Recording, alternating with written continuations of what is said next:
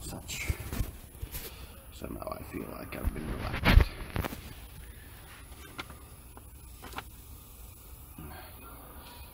You recording? Yeah. So we still haven't been able to watch that Seinfeld thing. I did my grounding by watching the rest of those military stuff. Then Gemini's mother came into the room and we couldn't watch during that time, and she's working in the kitchen making egg rolls, so we can't watch while she's there because it would be very disruptive for the both of us as an experience, and we can't do that. And so I started watching more of my grounding videos and military videos and watching various stuff of interest for me, and after a while I started to feel the hankering for getting to smoke, and then we came out into the yard again. So this is now almost 3.5 hours of like in-depth conversation about spirits, and I do feel kind of drained and a mild headache from doing this much work, but I do sense the Anthro civilization being connected with me in a friendly way, so it's reducing the discomfort, but there is some level of it. The discomfort makes me feel like I'm lying. It's like a feeling of somebody trying to convince me that I'm lying about what I see, but I consistently say that it's just my experience and just my intuition and instinct, and so that it's not certain, so I'm not actually lying even if I'm completely wrong. I'm just not a good conduit, and I do feel like I'm being honest and doing well, and the exhaustion is just the exhaustion talking, but I do feel like the exhaustion makes me feel like I'm lying for some reason. Is it like your imagination, or is there a psychic pull too? There's a distinct, like this was your imagination in the beginning, but it's no longer that when I started doing it. Yeah. It was my imagination, but I learned that my imagination and just trying to imagine what I'm going through instead of like psychically pulling it towards me, it's much stronger than a psychic pull. So when I actually do want to connect with like a psychic space or a species or something of that sort, I use my imagination. I'm like very distinctly not seeking them out for the sake of seeking them out or getting like energy from them. I very distinctly use my imagination and what I think they would be like and what I feel like they're doing and so on. It's not like completely psychic. I was thinking, what if they kept his body in stasis and then eventually I got to go see his actual body? That's also possible. That would be something. Yeah, that's also possible. I don't see there being a distinct block against it, that it should be like completely impossible. Like I can see sci-fi technology advancing to a point where that would be possible for humans. So why not for a species that's connected to some kind of galactic community, able to psychically transmit messages and send people to other planets? Should be distinctly possible. It could be weird and feel like you're looking at a dead body of a relative instead of like the body of the Anthro, you know? Yeah. It could feel weird like that.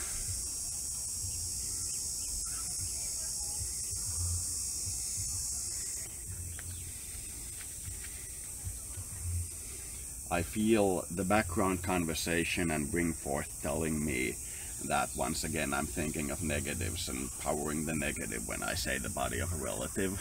Oh. I feel them distinctly saying that that's like a negative impulse, but I don't feel like it's a negative impulse. I don't feel like when my parents do finally die that it's a negative thing. It's just a very painful thing. They go to their own like thing, and I go to my own thing. We eventually grow apart based on our energies, but I don't feel like it's a negative thing. Though I do feel like death as such is a negative thing, like we shouldn't experience it until we're completely ready for it. So, you know, I don't know.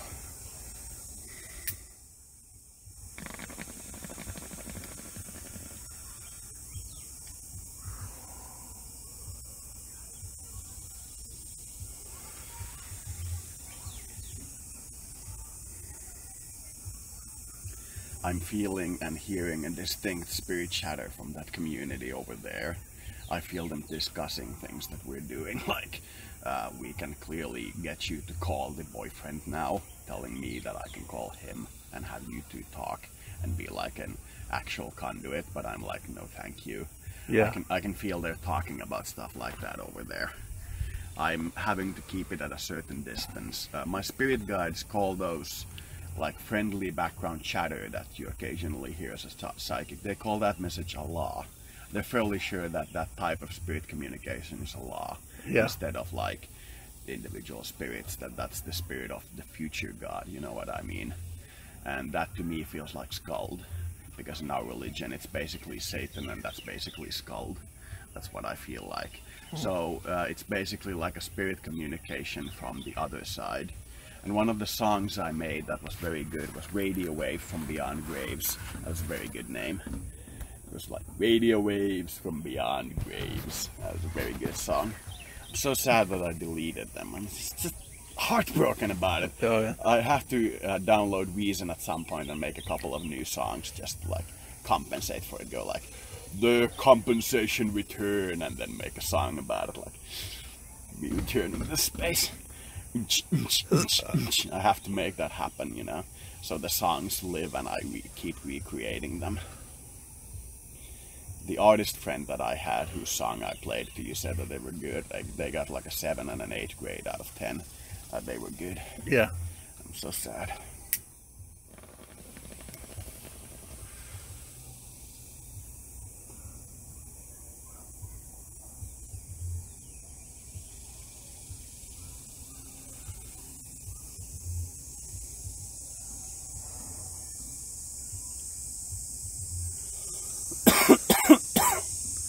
Would he think I'm kind of weird and kind of laugh about it, or does he think I'm actually normal? He currently thinks you're a little weird, but he would probably feel when he comes here and like wanna feel that you're normal instead of weird. He would probably feel that. And that's a huge bug. And he probably feels like you're normal, like when he comes over here, he wants to focus on that. But he does admit to the fact that you're a little weird. Yeah. You're a little unusual from like his perspective, and basically his perspective of humans.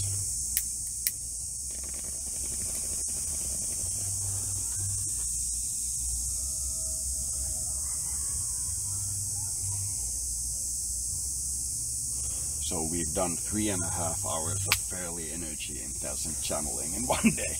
Mosquito bit me and I managed to kill it. And I'm now gonna get an itch on me, and there was blood. So it managed to bite me. Well, we've been asking transient questions, and we haven't had negative influence. Nah, I don't care. I don't think transient questions are that bad. They just like empower you on an individual level. Oh. The raw material would have probably been better off if they actually went deep into the transient questions at least a few times. Like asked very specifically, like what should I eat, where should I go, like what kind of nightclubs should I visit, you know, stuff like that. If they like intently put energy into it instead of going like, eek, transient question, because they're trying to overcome the transient question instead of like reveling in it and like accepting it. Like those kinds of things feel like Ross distortion to me, instead of like the questioning group. That's what I feel like.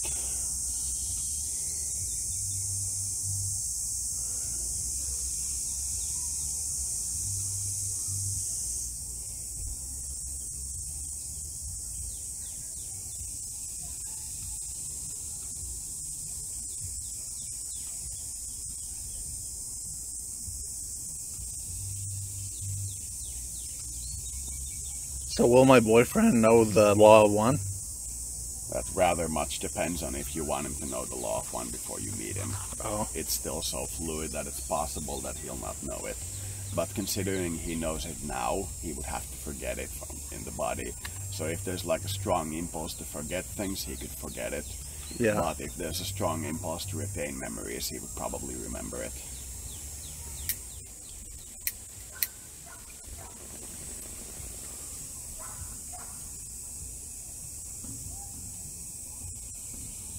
When I watched the flight video today, instead of saying switch officer on right, which they usually say, which refers to like me rotating the officer on the platoon level, that not having the same officer constantly, not the same officer who starts the exercise. there's a specific point when he gets into the cockpit and everything's set up, and one of the voices says, switch officer on the right, and then a new guy starts talking on the radio back to him, and it's very distinct that it's always a different new guy. Yeah. He said, switch officer in direct, which refers to center, I think. And that was because I got into a more like deeper connection with the co-pilot this time, and we had a very like deep conversation before we started it. And the main guy who I usually fly with felt a little like he was under challenging me, not accepting me as a strong candidate for pilot or something, and he wanted to like really challenge me, and he said switch officer in direct, and then there was a new guy talking, and they talked that it's a new switching order, then it's good for this flight, and he said it again like 20-30 seconds later, and there was once again a new officer, and it sounded like he was very like eager to try the thing. I watched a movie called Spirit of the Forest. Yeah. It's like animation, 3D animation for the first time. And when I saw it, it was like a training video for fourth density. Yeah. It was like, I was kind of, they were talking to me and I was kind of staring, not directly steering, but somehow indirectly steering the story. Yeah, it's possible that you were directly steering the story. They started talking really wisdom and stuff, and I'm like, turn wisdom down. It's too, I can't understand it. Yeah. And they turned it down. Yeah, it's possible that you were steering the thing completely. Yeah. Instead of just like. And then I watched it again, and it was a little different. Mm-hmm. That tends to happen. It's a training video for fourth density. Yeah, that tends to happen with strong material. It's different every time you watch it, and you get a different, distinct impression every time you watch it. That tends to happen with strong training material. It wasn't a really good movie, but it was, and the animation wasn't the best, but it was interesting title, Spirit of the Forest. It's like my calling, you know. Yeah. Spirit of the Forest, the delivery guy who lives on the forest planet and happens to be an anthro.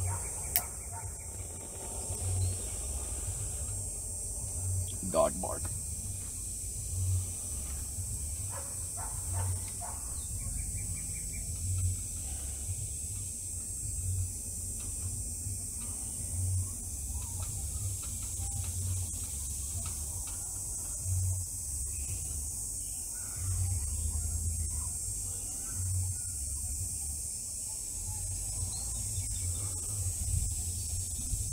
Very strong deja vu that one of those people in the past tried to kill me in an alternate past timeline.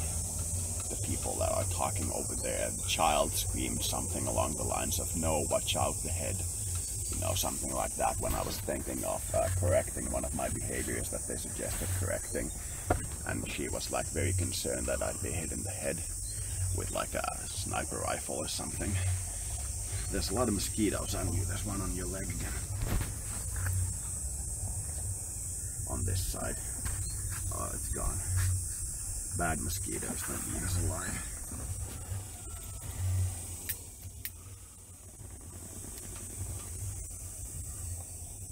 Due to their nature in transmitting diseases and like giving energy while they take energy, the mosquitoes, they probably give the same amount that they take.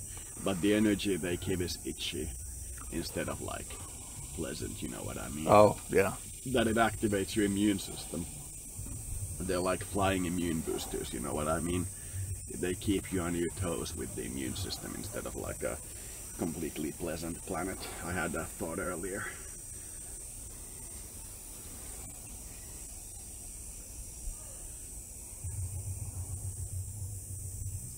I wonder if calluses or hard spots on the feet could be treated by having like a cup with a lot of mosquitoes in it placed on that surface, and they suck through the hard surface and create like a bubble. Oh, you know? I don't know. I wonder if that would work. I may want to try that just like for scientific curiosity's sake.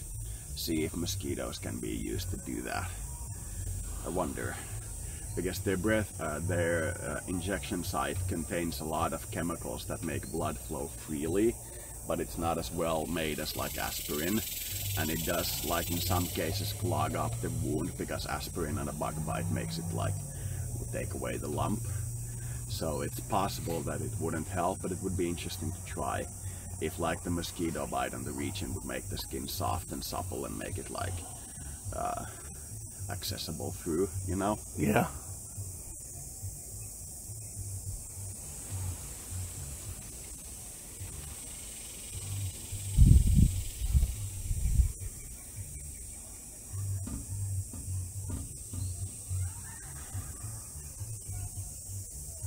I wonder if that would be a good medicine.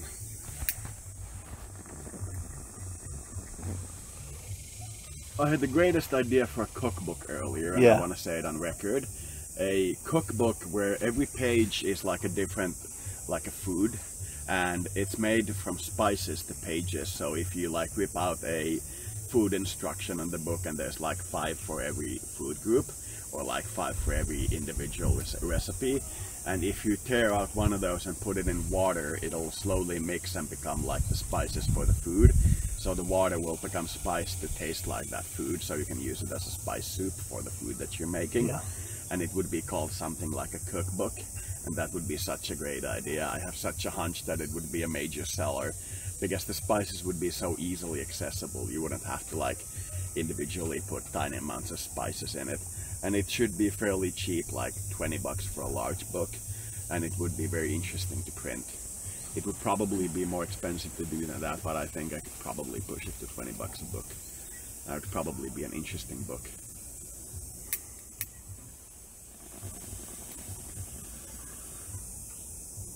Like remove pages, make it smaller and so on.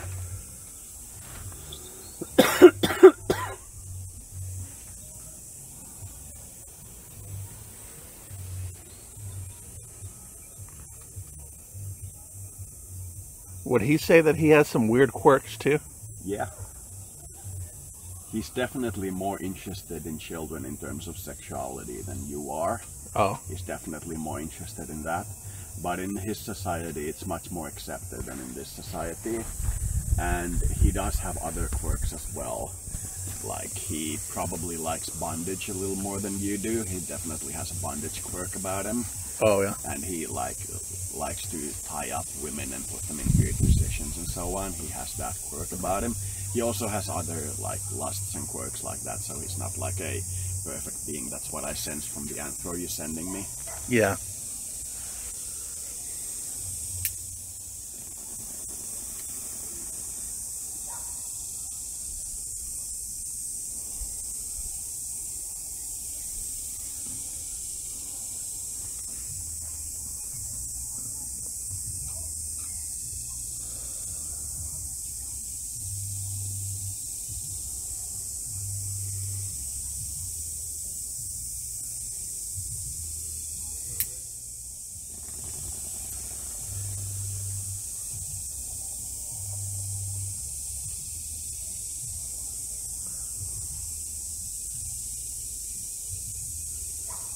Those guys are probing my 3-platoon structure and very intently probing them anytime we say anything sexual and making sure we're like appropriate for the people.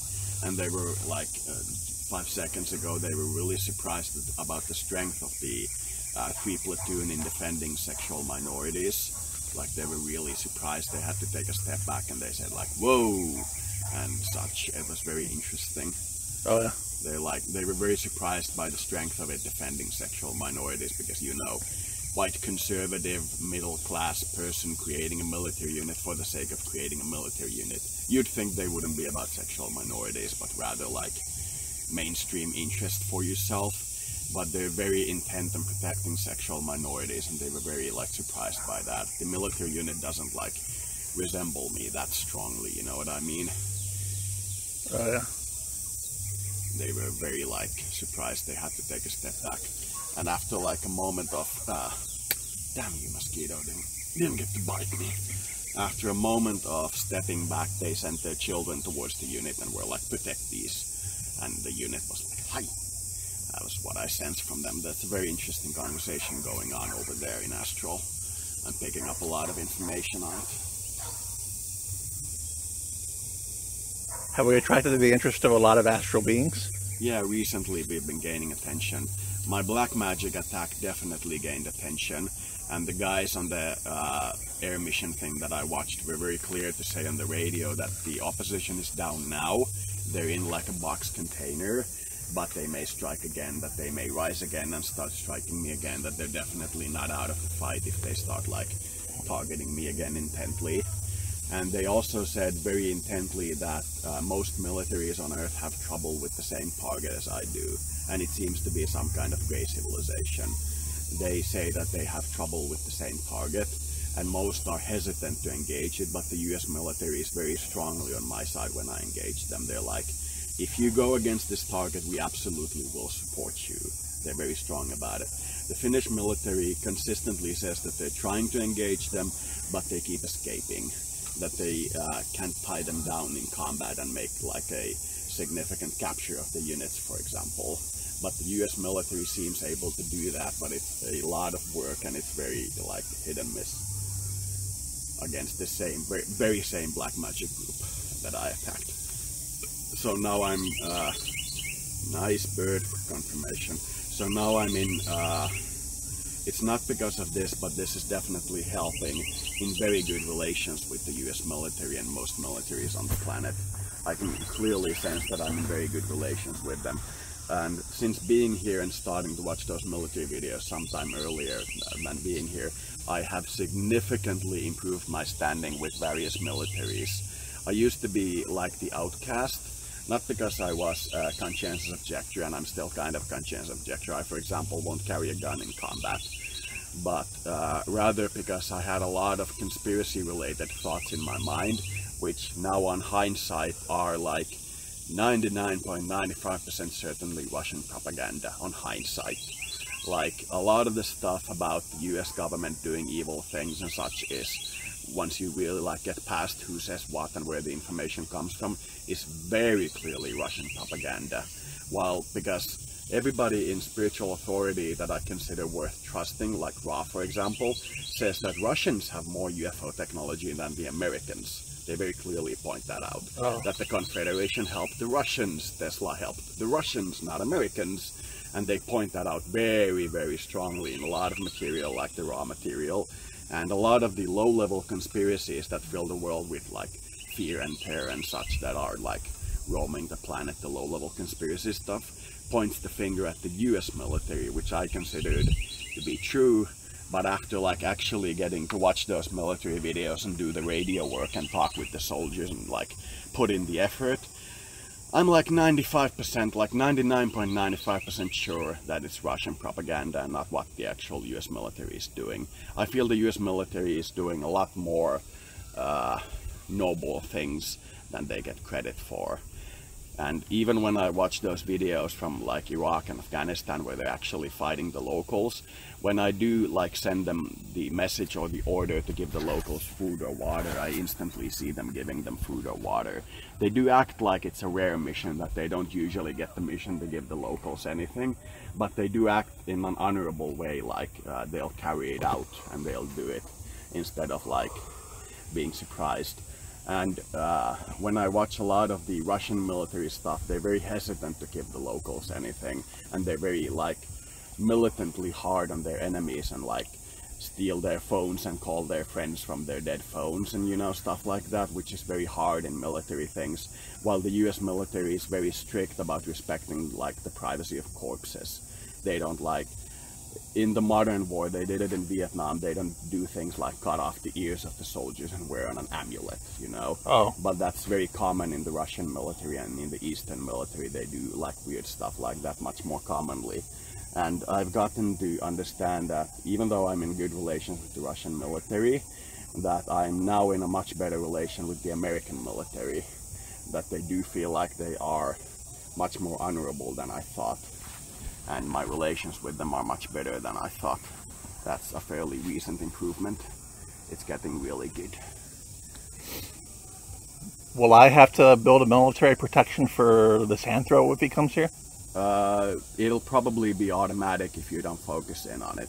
Oh. I would sense that you do have an automatic military protection about you, but that it's mostly like passively in the background, like you're a member of the US and you're protected by their military and so on, that you're not without nationality.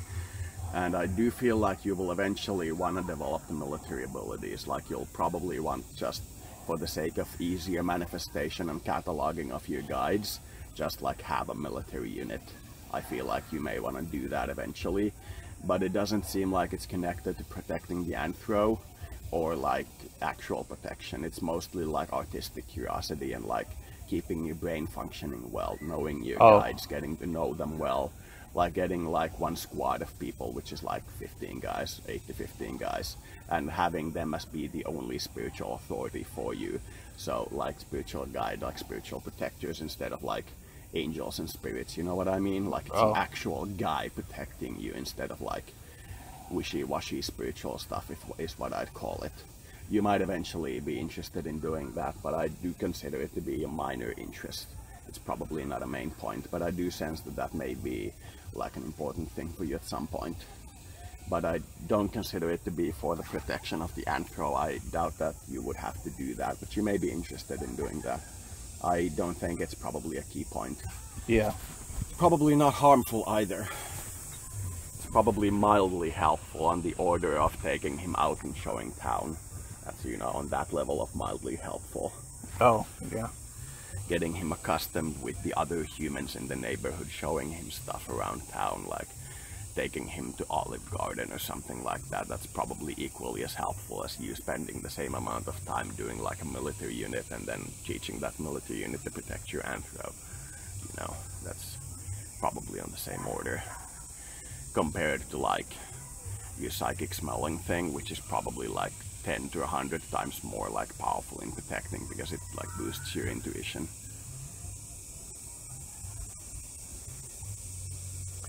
Damn mosquitoes keep biting me. I think they're gone for now, but damn, there was a lot of them. Don't come back, mosquitoes.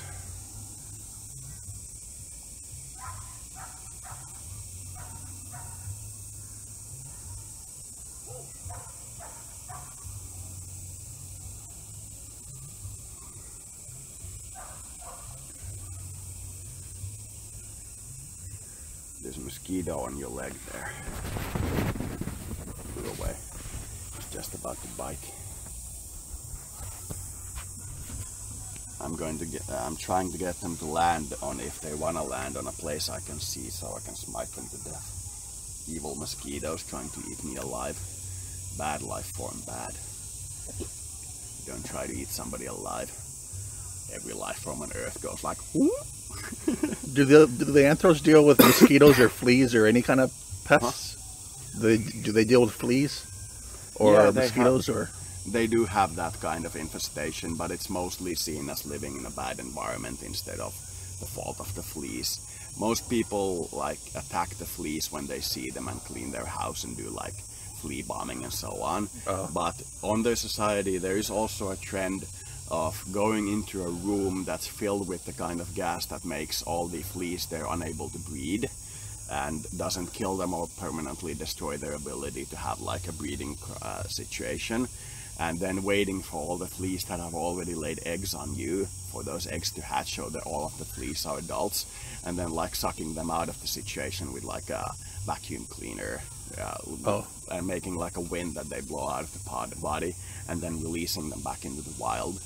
You know, some of the people in their society clearly do that, but for the most part, or like I would say a majority, but perhaps not more than 55% or like 60%. I get the sense of 56%, which is weird because I don't usually get exact numbers. I get like ranges of 10% and so on, but I do get the sense around 56% of their population subscribe to the method of killing the fleas with like a flea bomb, and the rest do various artificial or like alternative methods of getting rid of the fleas, ranging from like pheromones that drive them away from your body and then cleaning your house, to going into that vacuum chamber and having them all sucked out in the air. I get that sense. It's very enlightened of them to do that with the fleas. It kind of reminds me of their attitude towards STDs, which is like they are their own life form and not like a disease. So if you have an STD, they ask you to respect the STD and live with that STD, and not like strictly speaking remove it, but it'll remove itself like through time as you become more accustomed to the society the STD is offering you. That's very like noble of them. It's a very noble society.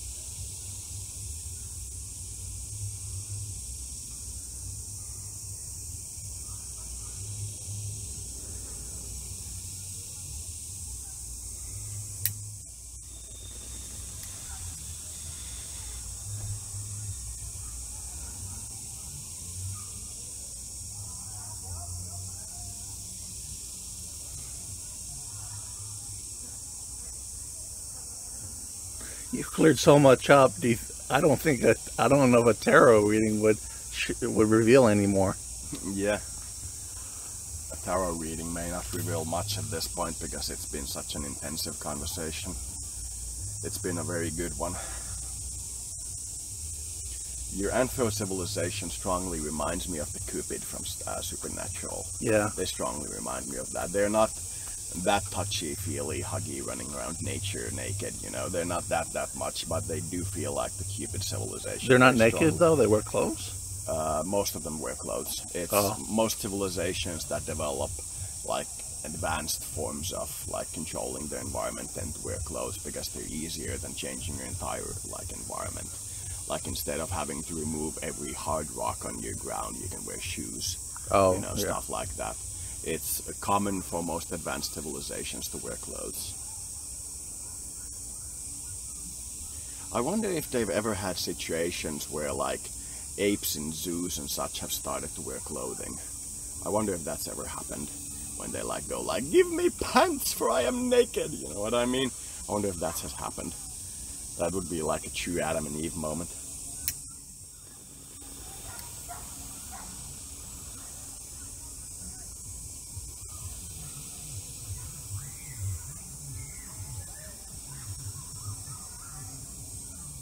I wonder if they could teach an ape to wear clothing, like actual clothing. Instead, I've seen a couple of movies where apes have worn clothing, but I wonder if they've been like instructed, like have those clothing put on, or are they the types of apes that picked up on wearing clothing and that got them into the show business? I wonder which it was. Yeah.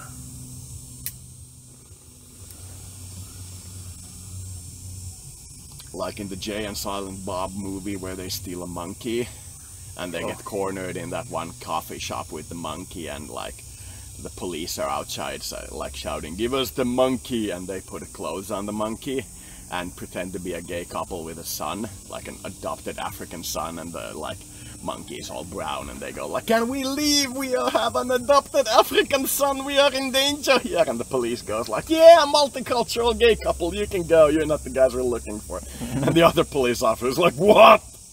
It's a really funny scene.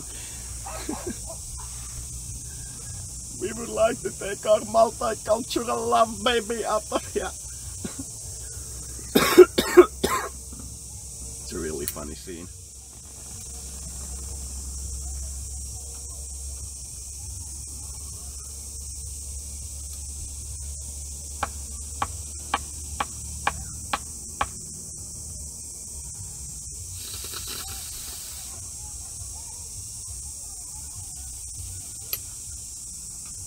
There seems to be a distinct aura of trouble around the Black Magic group. It's basically boys and young men of the camp where fucking with other people's relationships is funny, and like fucking with people in general in a bad way is funny. And it seems to be a very powerful global organization, and it's very insistent on fucking with people and being like a mess. And it seems to be causing a lot of trouble for a lot of people. I'm listening to those guys over there discuss the same group, and I'm like, interesting. This is a very powerful group, and it seems to be causing a lot of problems. And it's mostly because we've been giving young boys such an insane amount of head up over young girls in terms of power over society. Like, we spoil our young boys, but we're very hard on our young girls. Like, boys will be boys, but the girls are kept in a cage. Like, that trend has really skyrocketed on us and made the situation very bad, because now young boys have like total authority on our society, and most militaries are even hesitant to engage them. Like, if they really know that a group like 4chan killed somebody, they'll be very hesitant to actually go after them, you know. Even though like groups like 4chan are very publicly doing their good night sweet prince thing, where they just put up somebody's picture and the entire group wishes for that person to die, and it very often works. They actually literally kill a lot of people doing that. The militaries are very hesitant to openly, like, you know, ban Bring Forth or not Bring Forth, 4chan, and just like actively go after those groups. They seem very hesitant to cause them physical harm because they're so powerful. It seems like a form of cowardice to me, though I do understand it.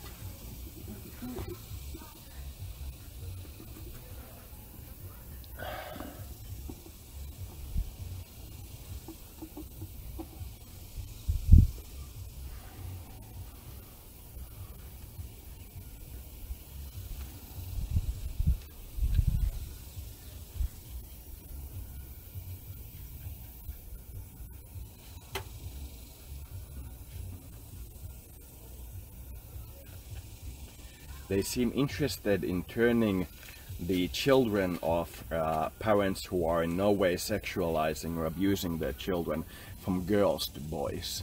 They seem specifically interested in that for some reason. And I'm hearing even from that group over there that they literally have to fight with that group to keep their girls instead of becoming boys. And that's interesting to me. And I don't mean like a tomboy, I mean like a boy. That their girl suddenly like dies and a very similar boy appears very close to them and takes all the energy and walks away. You know what I mean? Instead of the girl becoming like a tomboy or a hard boy, like a boyish girl. That's not what I mean. I mean literally a boy version of that girl appearing very close to the girl, basically taking all the girl's energy from the other people and remaining like an independent, separate boy. You know, the boy didn't exist before that, or no, what? It's a clay, like a golem. Like, it's a golem until it takes the life of the girl. Oh. They're very intent on doing that to the girls on this planet. Very intent on doing that. And that's really weird. I keep hearing it very distinctly from those guys over there that are having the group talk. It's very, like, distinct. It doesn't feel like it could be anything except like a good spiritual communication.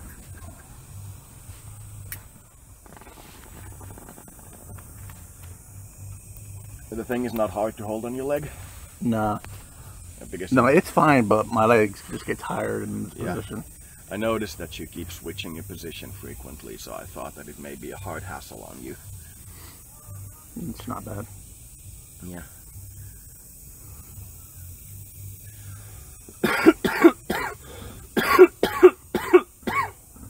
We could even place it here, but that would probably be less audibly, like, listenable.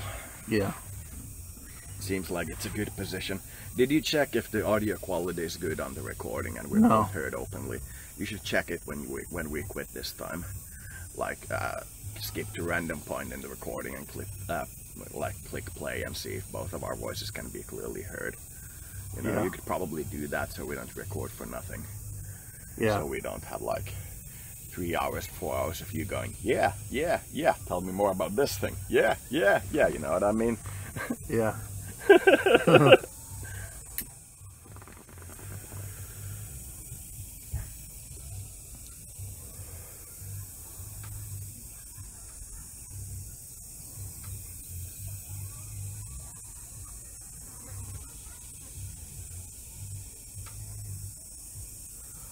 That's weird that they told you, here, you can call the boyfriend here. Yeah. But I don't even feel that he's on this planet now. Yeah, but they're very distinctly saying that I could go into a trance and just start talking for the boyfriend. Go like, hello, Thomas. I am Antro. Oh.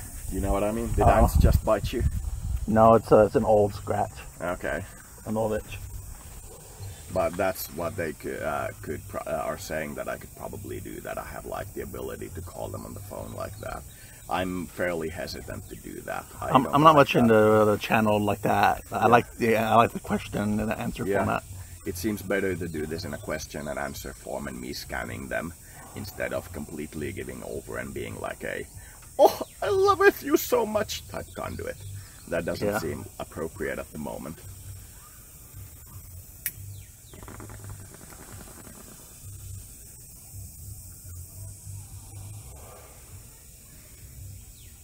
You know, one of the worst problems that humanity has is a very surprising problem. It's butane lighters. The gas, when you inhale it, when it's not completely burning, because it doesn't completely burn, you inhale butane, it gives you very strange kind of psychotic symptoms. I've noticed that when I smoke weed by lighting a match and letting it burn until the end part, the match part, the in Finnish, sulfur in English I think, is completely gone, then it's just pure burning wood, and I take that hit. It is so much more clearer than lighting from a butane lighter. I get like a weird, almost headache-like feeling from a butane lighter when I do like smoke like this. Matches don't give me that for some reason. I think one of the largest problems of humanity that's currently being completely overlooked is that we're using butane lighters, I think. I even had that sense in a spirit thing once, but it ended with like a no. But I still do feel like that. I tried to use one of those sci-fi shows I watch, and I was watching it. I tried to get them to attack all the butane lighters and try to switch the planet over into another form of lighter technology, and it ended badly. They like lost the combat very badly, and they all crashed into the atmosphere and became prisoners and weird stuff like that. But it does feel like butane lighters are one of the worst things for some reason. Another tarot reading I wanted to do was how the anthroids view me, but I wanted to see if what I'm doing here is helping them, or... We can do that reading. It's probably not too difficult, and it's a fairly good question. Is what you're doing helping them? That's a fairly good question. With the Celtic cross, we'll get a fairly broad answer, and with the program, it'll be fairly easy to do. One of those flies is on me now. I don't mind the flies, but I do mind the mosquitoes. Flies have never bit me, and they're only like eating dirt off my skin to keep me clean, though they like to live in filth. They still feel like pretty clean creatures. They consistently clean themselves, and the whole like cleaning the front paws thing, they feel like clean creatures, like surprisingly clean, undervalued clean. And I do have a fairly good connection with flies. When I did the mushroom thing, I had 9 flies in my room flying in exactly square patterns. Yeah, you told me. Yeah, I want to tell the radio as well. And I have them flying in exactly, they flew in exactly square patterns. And anytime I asked the question where the answer was a clear yes, 2 of them bumped together and fell on the floor and like held each other. And then they flew up again and started doing exactly square patterns again in the middle of the room, distant from me. And they were very strong flies. They weren't big, but their blackness was very strongly like shining on them. They felt very black, and I felt a very deep connection with a very low spirit. It felt like the Lord of Flies, you know what I mean? Like not Satan, but one of those very low spirits, but in a way where he's going like, you don't belong here, we want you out of here, so here's this little magical trick to get you convinced to return to the like other side. We prefer you on the other side. We don't want you corrupting our children, you know what I mean? That kind of feeling was very evident in the demon. And it felt like the communication from the flies was that they were all like angels playing in a small square with the rule of the like demon, and the demon's desire in the dark sense was to have me ask questions that I'm not ready to get the answers for, because the angels were physically visible and it was possible for me to see through their blocks, so that when they would try to block me from information that I shouldn't have accessible, they would still pop into each other and fall on the floor, like I would still see the information. And that's possibly what the demon wanted, but he felt like he wanted me out of hell, like he didn't want me there. And the energy was definitely of the strong mushrooms, and it felt like a kind of deep low hell, but very calm and pleasant. Like the first times I watched my brother play Doom, I was like, this hell is very calm, and all you have here is like combat. It's very pure.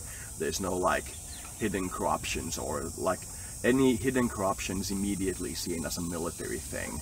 You immediately see it as a threat. It's not like possible to have a hidden agenda. You immediately see the military threat, and you immediately see that these guys are worse than this guy. Like, these guys are not as good at being a demon as my brother is playing the game, killing demons and being another demon. You know, even though the Doom guy isn't a demon, but I distinctly felt like he was a demon. And I was like riding next to him on like a side carriage on a horse, I would imagine. That's what it felt like, watching him play that thing, and I felt completely at peace with the demon world.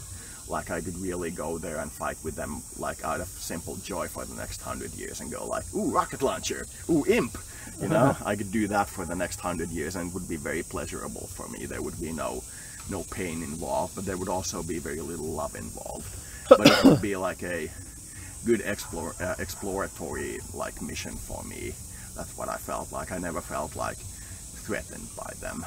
So if, you know, one eats me, I pop into a new body. Wow, very difficult. You know what I mean? There would be like the physical pain, which would almost feel like pleasure of his teeth digging into me, but that's about it.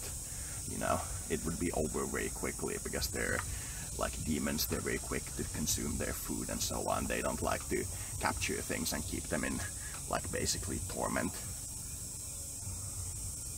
That's what I felt from them in that particular hell.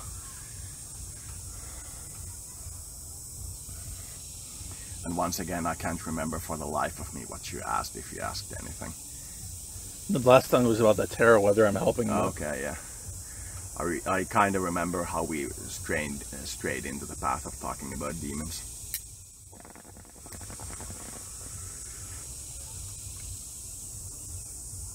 A mosquito bit me, but I didn't get it.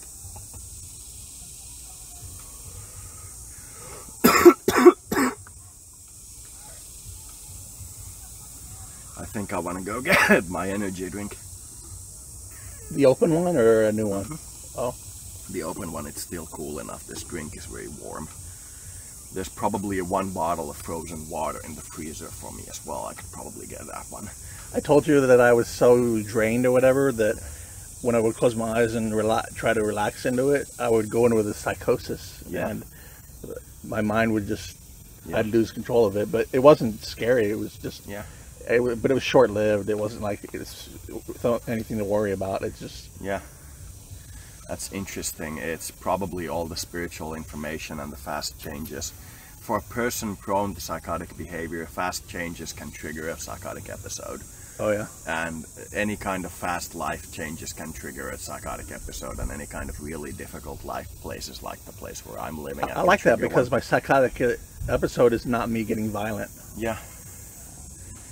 You probably aren't violent except in the very worst psychotic episodes. Well, if I hear God telling me to do this, but I won't give him that power anymore. You know, I'm not gonna hurt somebody. Yeah, it feels like a good idea to not trust God enough to hurt others. That whole Christian psychosis feels a little bad. There was a commentator on Fox News that said something like Christians are as bad as Islamics when Christians go around shouting Jesus Christ and killing people, and people put a lot of memes of crusades into that, like, huh? But I get his point. The crusades ended like 400 years ago, and Islam is doing that today, but there are still Christian suicide bombers and Christian like suicide attacks, like the guy in Austria and New Zealand who struck against those mosques. That was clearly a Christian. You know, they still do evil shit like that. You said the Xantho had spouses, so he's used to be straight, and now he's used to be straight. He's possibly quite bi, but he was definitely more straight before and definitely more gay now. Instead of being consistently the same level of bi, you know what I mean? He's definitely like slowly drifting over. He likes the idea of being with yourself, and he can't get enough of that with like a female spouse. He likes the idea of being yourself, which is evident in homosexual relationships. It's a very strong component of it, as far as I've noticed. And he likes that aspect very much. And he's like interested in that. And also the creative aspects associated with homosexual relationships. more than with heterosexual relationships. He's interested in that, and he's specifically interested in seeing how your spunk will affect his life if it ever ends up inside him. He's very curious about that as well, because as I explained, he shares the view that spunk holds all the ideas. So it slowly like seeps into your body when it's inside you. So somebody else's spunk will make you think somebody else's thoughts. But his spunk will be just human spunk, won't it? It won't be any anther DNA in it, or? It's hard to say. Oh. He could be like exploratory in it and make it full anthro, in which case it would probably be considered infertile, but it would probably hold the genetic information of full anthro. You know what I mean? Oh yeah. He could do that, especially if he's not aiming to have children. Yeah. He could do that just for the sexual thrill of it, I feel. He would be curious enough to do that, but probably won't. He'll probably want just to like give you the chance to have full healthy children. He will probably have full healthy human sperm so that he can have children for you, or you can have children like with his assistance by finding the proper like female to have like, I will put this in a cup, rub it on yourself, and you will have a kid. You know, for that particular reason, he probably wants to have fully healthy sperm. That's what I feel. Oh. He's keeping the window of opportunity about having kids open in that regard, I feel very strongly.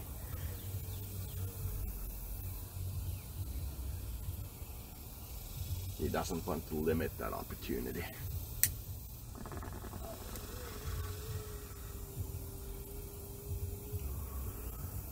He recognizes himself in most of what I've said, I feel, about him, but some of the things I've said are much deeper than his normal base level understanding. So some of the things I've said are true, but he has to take like a conscious effort to recognize them and think, this is actually true. A lot of the stuff is easy on the surface, but I've talked a lot about very in-depth things, like for example, if he wants to remain with a human spunk or an anthro spunk. Yeah. And some of those things are very deep for him. He has to go through like a physical effort to understand them. And he says in a voice that makes it very clear he won't point them out, but there are like 2 or 3 claims that I've made through this entire process about him or his society that are completely untrue, like misfires, complete misfires. But he won't point them out because he thinks they are like, that it's so unimportant to point out the mistakes compared with like keeping me like happy about my spiritual abilities and keeping the communication going. He's very like keen not to point out the mistakes at this time. He's like, go on, go on, go on. That's his spirit about this. He is also a little exhausted by the work we're doing. He's surprised that we're managing to do such a long, concentrated work. Humans aren't, in terms of like alien interactions, especially known for their longevity in terms of being able to hold a thought. That's something that's very commonly said about humans, that we aren't able to do that, but he's positively surprised that we've been able to do this for such a long period of time. Do they have a strong mental capacity? Yeah, much better focus than we do. Even it's evident with their like abilities to control their pain sensations. Oh. Like with their ability to tolerate putting their hand in a very hot place. Is the veil as thick over them as it is here? It's probably a little thinner thanks to their like very successful interaction with the Law of One in their world. Oh. But based on geographical locations, it should be much thicker. And their society on an individual, like how much you value the veil, is probably stronger in valuing it than we do. But their whole society probably has an understanding through the veil slightly greater than ours. But I do remember that I said, and I still do feel it, that they are further away from graduating to the 4th density than we are. They don't seem interested in that. They seem more interested in remaining themselves. It's like a pass for them, like those guys said. That one lady over there just shouted when I said the thing, pass. You know, I noticed that.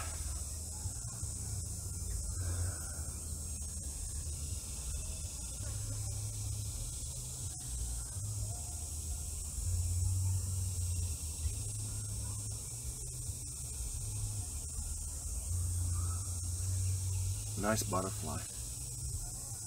Very bright red butterfly. Or actually, it's almost water-washed gray. Thought it was red. Very beautiful. About the size of my thumb. If I called him blue because he's blue, would that be all right with him, or what does he prefer? It feels like a military call sign. Oh. He would be okay with it, and it would feel a little exploratory for him, but it would also be a little weird and a little impersonal. He would, in a way, feel like he wants to be offended, like for the sake of his society, you know, like simple degradatory terms. But he would probably accept it as a good thing.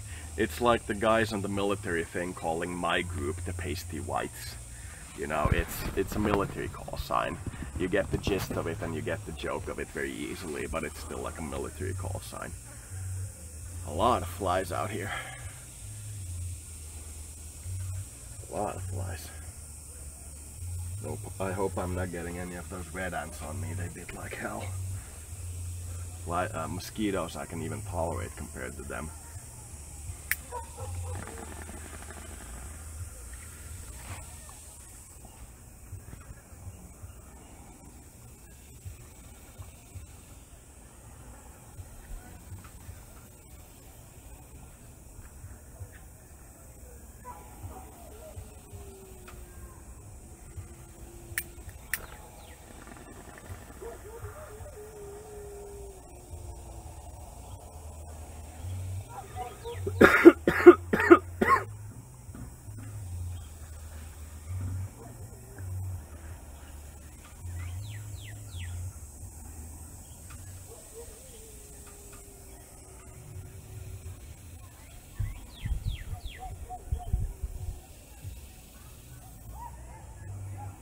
You want to let Loki out for a moment? You think? Well, how long are we gonna be out? I think I'm gonna smoke one more. I feel like the hankering for smoking one more and getting the energy drink. So when I open the door, do I let him out? If he wants to come out, you can. Yeah, I'll probably walk to the can and back, and if he's not out by that time, you know, tough luck on him.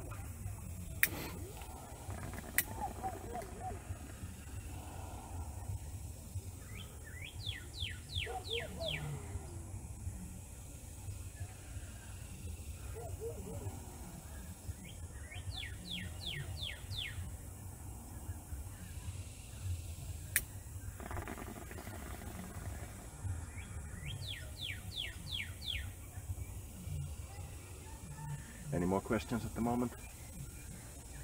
I'm about to go inside.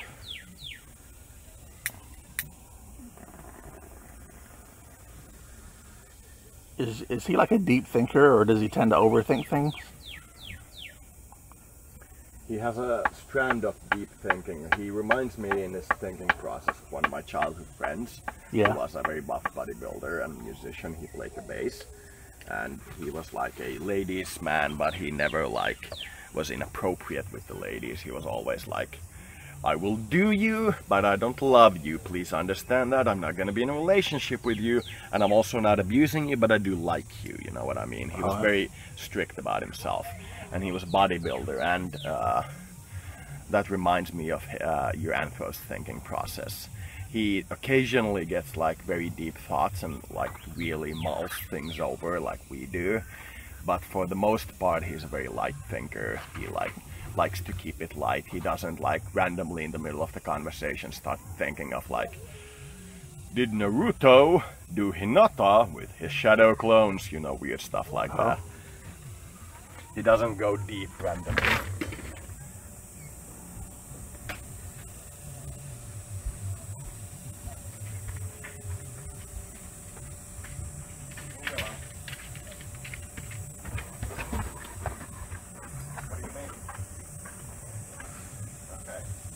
Do they have actual eggs?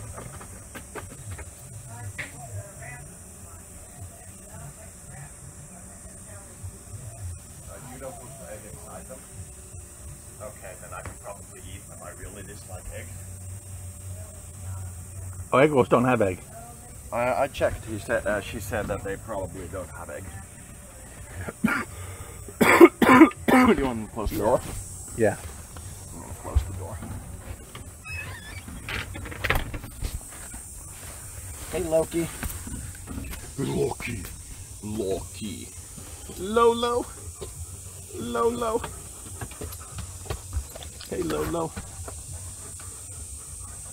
Lolo.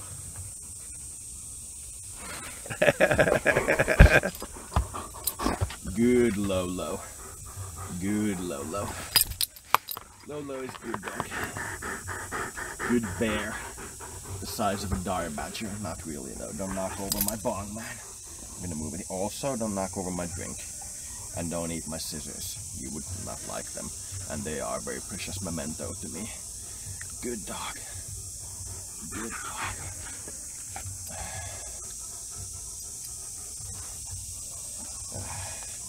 You like me patting your head like this? I'm trying it for the first time. There we go. You shook it to get me rid of you. You're on my weed bag, dog. Loki, you know that? back. No, it doesn't matter to me. Let him be there.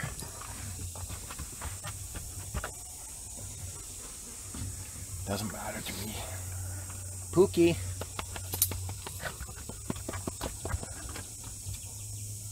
Pookie. Up. Up. I feel like having your head on my lap before I scratch you. Okay then. Then no, I won't scratch you. How very mean of me. Okay, I'll scratch you a little, but only with my foot.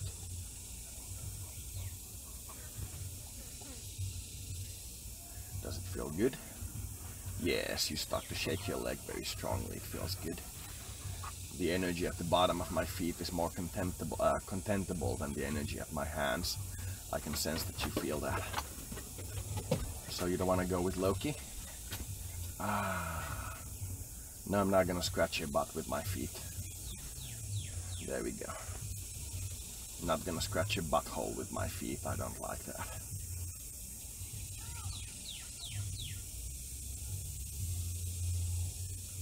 You like the bottom of my feet for your energy, don't you? Yes, you do. It does you good. You're scratching against it very hard. It's good for you, man. Instead of my hand. It's like the healer who used his legs instead of his hands. That's nice. I got the full Reiki initiation on the bottom of his feet because he lost both of his hands in something. And did healings with his feet. That was a very interesting story. So you can get an initiation on another spot specifically, so you can use that for healing, like an initiation on your heart, so your energy flows in a healing way from your heart instead of like a balanced way. That's weird.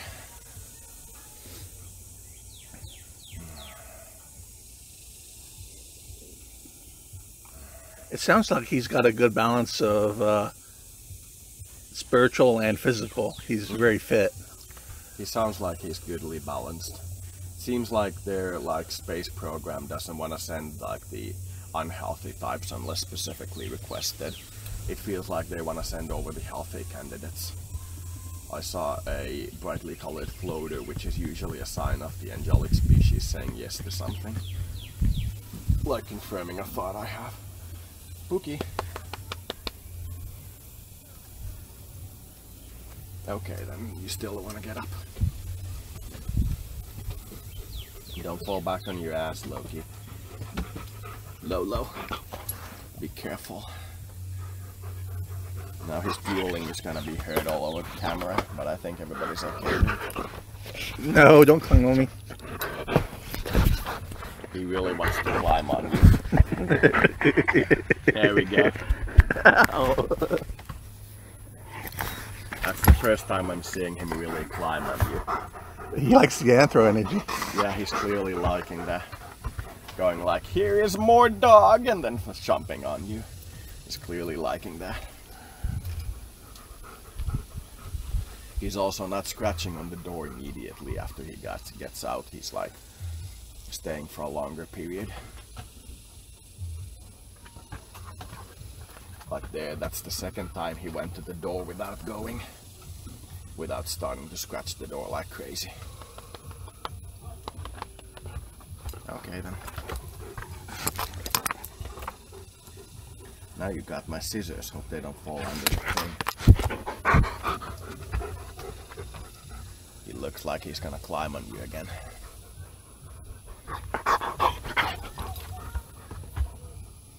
Hey Lolo. Lolo. Good dog. You recognize me calling you. That's your second name now. Is that the second time he gets a name? Yeah. Yeah, all your friends and people who've seen him always call him Loki. Yeah. Okay, I'm gonna... My mom says Loki Lobo Skywalker. Yeah. I'm gonna call him Lolo. Lolo. It's a very nice name. You like it when I scratch your ears like this? You turn your head and push towards this direction. Like me to scratch you harder? You like it when I scratch your ears like this? You do. You start to sniff me and almost lick me when I do that. You like it. You're very clear in your communication. You like to sniff me to get me closer to you again, so I would do more of it. It's very clear to understand you. You speak very clearly. You speak mundane. Little telepath can pick up on mundane. You're the big telepath, dog. You said he's a little shy. Yeah, he's a little shy. So would you have a problem coming out and saying, hey, I'm your anthro? Yeah, that would contribute. He would be very shy about stuff like that, at least a little shy. It would definitely contribute.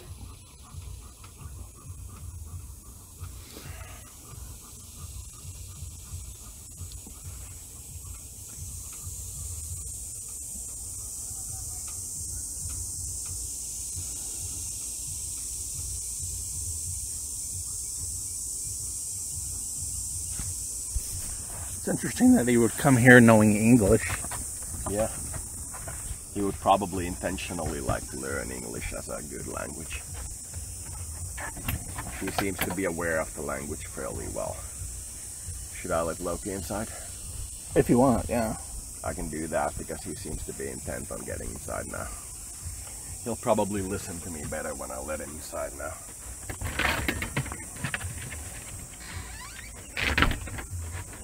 He'll probably be more intent to listen to me when I do things like that for him. Return the bandwidth sent to him. You know what I mean? Oh, yeah.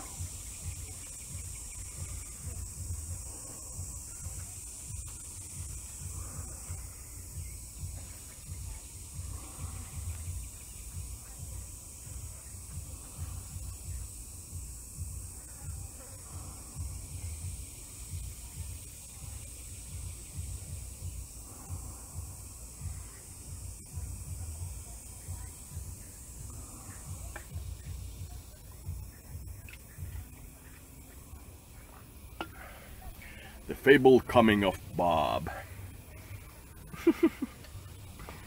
There's an apocalypse in Eve that everybody knows about, like a future of apocalypse, and it's called the fabled coming of Bob because the character in like the mythos that's gonna come to Eve and make it like a new paradise is called Bob. Yeah. It's nice. The coming of Bob. It's a very nice fantasy. It's not like Xavier or some really weird like fantastic name like Jesus. It's Bob. That's very funny.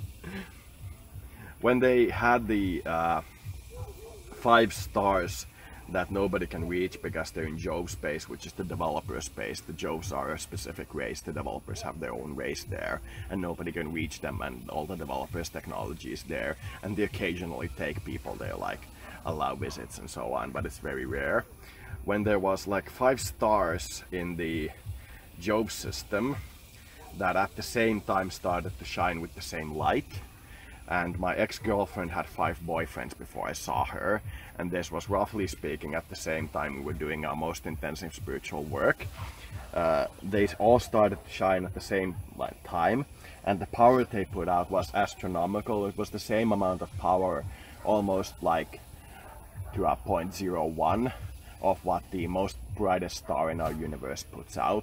And I feel like I'm very connected with that star, and it like turned in the game and they saw it through their radio telescopes, and that's what they saw with the 5 stars. That's what I feel like. And they didn't know what it was, and they predicted its various different things, and they got to the conclusion that it could be the fabled coming of Bob. Oh. That was weird. like Bob coming over and taking the place because I like basically sent out a flare. That was really weird. A flare made that much energy. It was probably mostly my ex-girlfriend and the female spirits I drag around, but I do feel like I had the influence on it, that I had some kind of influence on it. I do feel that.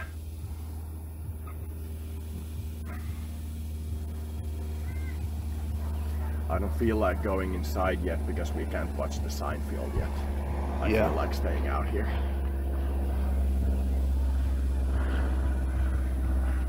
If we start watching it while your mother's cooking, it's very bothersome for the both of us. It'll be a very bothersome experience trying to focus on it and trying to focus on her and bothering her while she's doing her cooking. It'll be a very like uncomfortable experience.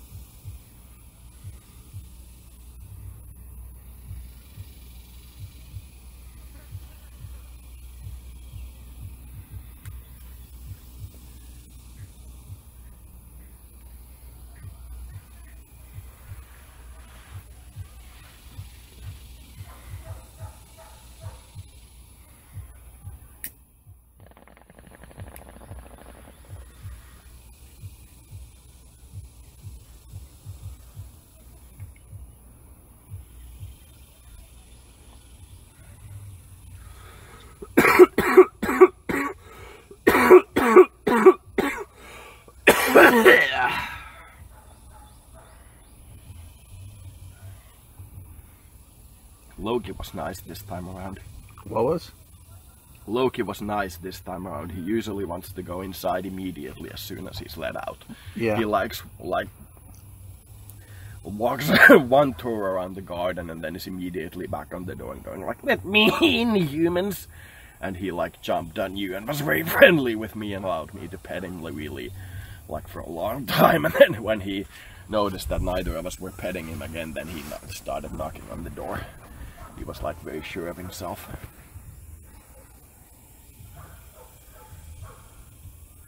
I wonder what I'll get on the second mushroom trip. It's like the 4th time maybe that I'm doing mushrooms. I will be eating those truffles of mushroom. Yeah. They are, as far as I heard of, and I probably heard it from you, like half the strength of those actual mushroom like heads, but they have exactly the same stuff and they're legal. So I wonder what I'll be getting. I have a very strict like intent desire in my head now. It took me a while to crystallize it. First time I did it, I wanted to see light. I very specifically wanted to see light, like the light of the spirit world. I wanted to see that very specifically. Now I have a desire to see love. I want the mushrooms to do like their one-time gift of making me see love more in my life instead of more light. I want to have like the love in my life from them. Even though I'm like orienting my search towards light, I'm using them to feel love. Like I'm desiring of them to show me like loving energy, you know what I mean? So I wonder what I'll sense from them. I had like a bet with them or hunch with them that I couldn't do them or shouldn't do them again until I have like completed a quest. It was almost, but I feel like the quest was like to get the next proper desire to want them, that I don't want them before it's like my time to want them. So I wonder what kind of experience I'll have. It's possible that I'll be knocked into psychosis again. That'll be sad if it happens. It's possible. I hope not. But you know, anything's possible. You gotta leave your choices open.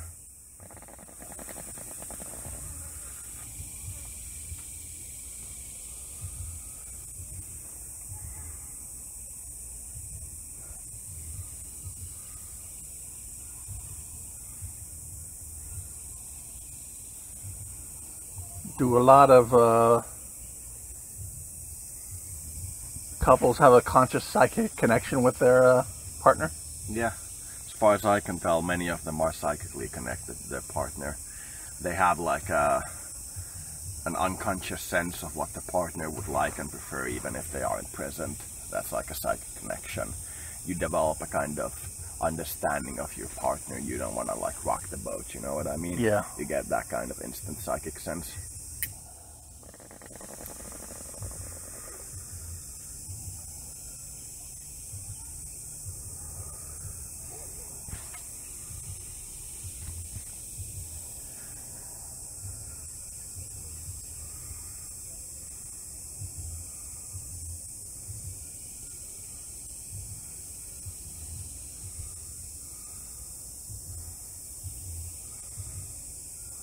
I hope he's happier in this world than I would be even in his.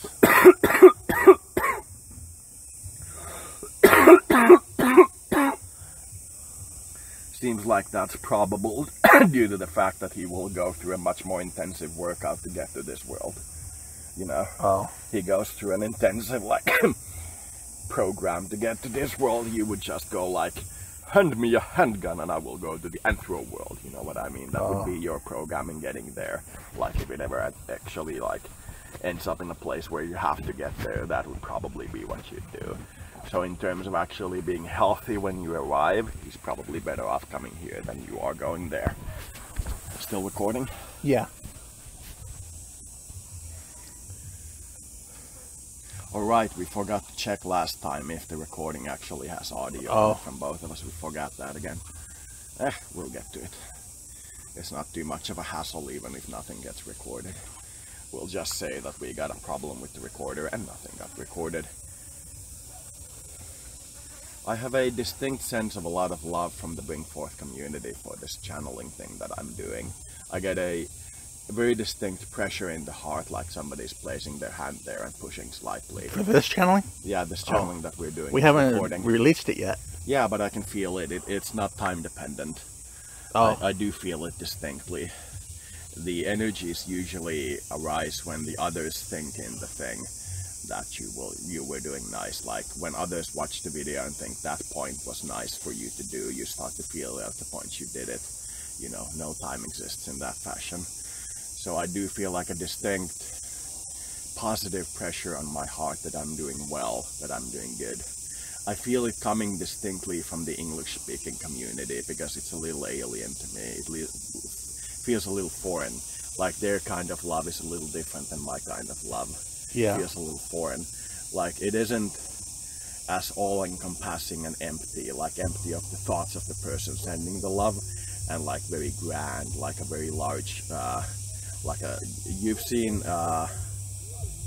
you've probably seen pictures of that very large woman in Game of Thrones, at least occasionally somewhere. I don't know. Okay. There's this very large, very like traditionally beautiful woman, but who looks very lumpy in the movie because she's like serious, because she's pretending to be someone from the Dark Ages without basically makeup on her because she's a knight. And that kind of loving energy is what I get from Finland, like a very large but not fat lady that's very powerful, like removing all thoughts from everything and then giving you a hug. That's the kind of love I feel from Finland when I feel like universal acceptance from a group. And over here it's distinctly a group of people sending you love instead of like a very specific entity sending you love.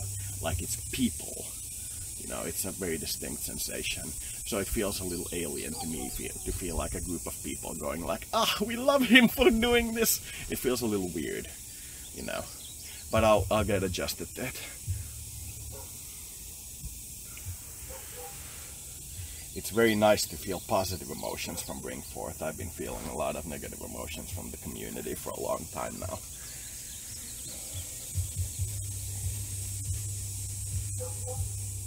I wonder if the camera thing will record any of the conversations back there. Probably not, because it's too distant. That's possible, I suppose.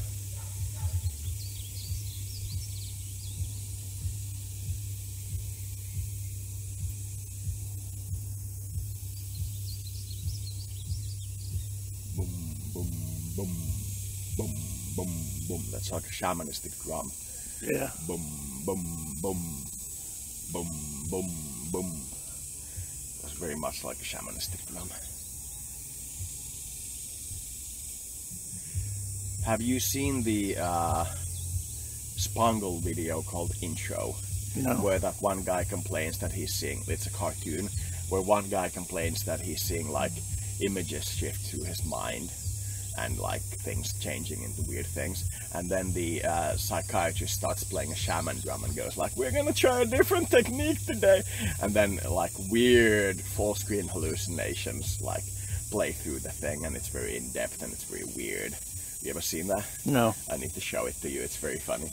It's like very like good, and the music video is very good. It's Intro by Spangle, I think. It's a very good thing. This intro was long. It's a very, very funny thing.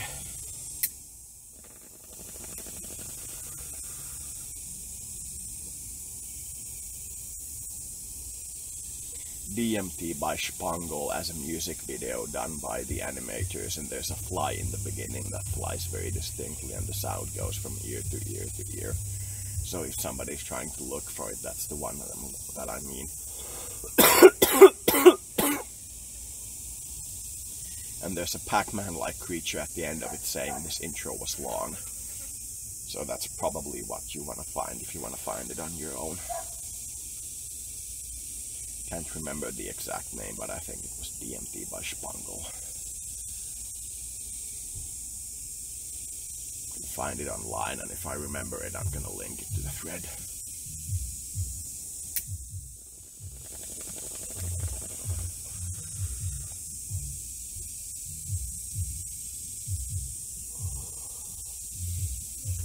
People on that side of the fence are talking about how our conversations, because I always do the very in-depth explanation of it's just my sense, and then when I explained the Spangle thing, I was like jumping to very like base stable fields when I described it, instead of saying like this thing here.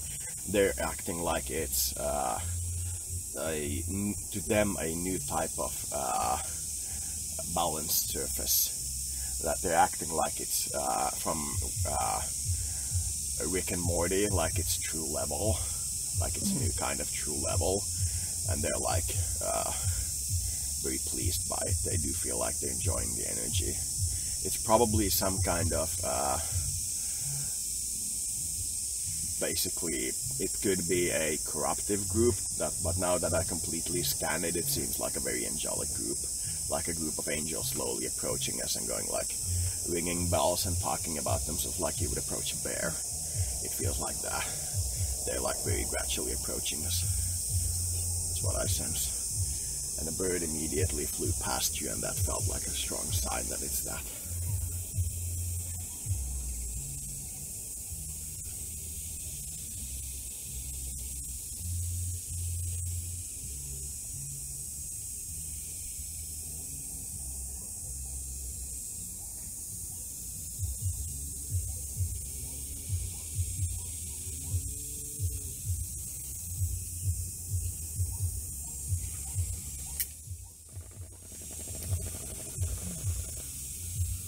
How long have we been doing now?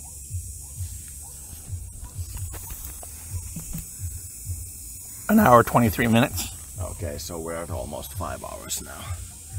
That's an insane amount of talking in a short period of time. Nobody's gonna be able to listen to this thing. Like, nobody. Somebody, like, very rare people will be able to listen to the whole thing. Most people will probably comment that I listened like 5 parts. Listened like this here for 5 minutes, you know what I mean? Hopefully they go to random places and those places apply to them, you know? Yeah, they're gonna do the randomizer thing, and it's gonna be very spiritually important for them, I feel. It's gonna be nice. They're randomly jumping to a spot in a video and going like, this is the message from me, is a very important, like a very good spiritual method. And the randomizer thing is an incredibly important thing. I probably wouldn't be into raw material currently if it wasn't for the randomizer thing. Yeah. It's been like incredibly important to me. Just clicking random, reading what raw and the person says, and trying to feel like both the questionnaire and the answer are raw, but they're like basically disagreeing with each other for the sake of disagreeing with each other. That it's like a dance where they're disagreeing with each other, and both of them occasionally answer the question. And you can clearly, at many intervals, see when Dawn actually talks Ra into a corner when you do the randomizer thing. You can clearly see that Dawn talks Ra into a corner, that Ra is wrong about something. It's very clearly like visible when you do the randomizer thing that Dawn was smarter than Ra at many points. It's not like overwhelmingly strong, but it's quite clear. And you can see that Ra has very distinct blockages, that it has the inability to accept certain things, and you get a completely new appreciation for both of their personalities, like Kala, Ra, Jim, and Dawn. You get like a completely new like appreciation for their personalities and what they did when you do the randomizer thing. It was very powerful for me, very powerful. Like I said, there are like weird things in the raw material, like when they say that the instrument shouldn't channel outside of the raw circle, like the three guys, they shouldn't channel raw outside of that, and everybody thinks that means their instrument shouldn't talk to raw outside of the material. It's like slowly creeping towards being a monotheistic religion where nobody's allowed to do like their personal interpretation of it, and that's like clearly one of Ra's hang-ups. He like accidentally creates monotheistic religions, and you can fairly clearly see that in the material when you actually do your own reading of it with the randomizer. That's at least like some of the things I've picked up on them. But Ra is very loving, but he is distinctly blocked about a few things. You can see it, and you can see it in yourself when you're a Ra follower, that you're starting to be blocked in the same areas, and it's very noticeable. It's very interesting. There's a very distinct sense of wanting to teach when you don't yet have like the abilities to teach, and that you don't really have the knowledge on how to teach, but you still want to teach. That's really apparent in the raw material, and it's very interesting.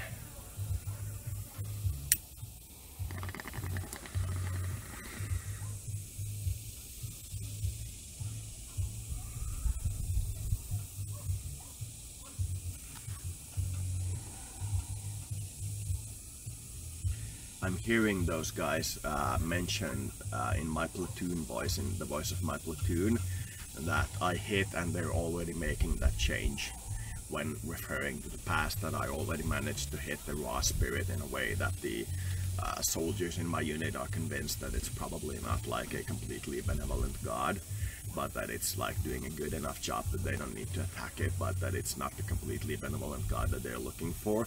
My platoons, the three of them, are very intent on looking for a completely benevolent god. They're very intent on that. If they don't find it with their alien contacts and with their contact of going through every religion on Earth, and that they keep finding like errors in the spirit, they will probably join the AI movement and try to make the completely benevolent god. But they're currently looking for a completely benevolent god. And they came to the conclusion, thanks to mostly my efforts, but there were others involved as well, that Ra isn't completely benevolent, like the kind of completely benevolent god they they don't have a polarity, so Ra, no.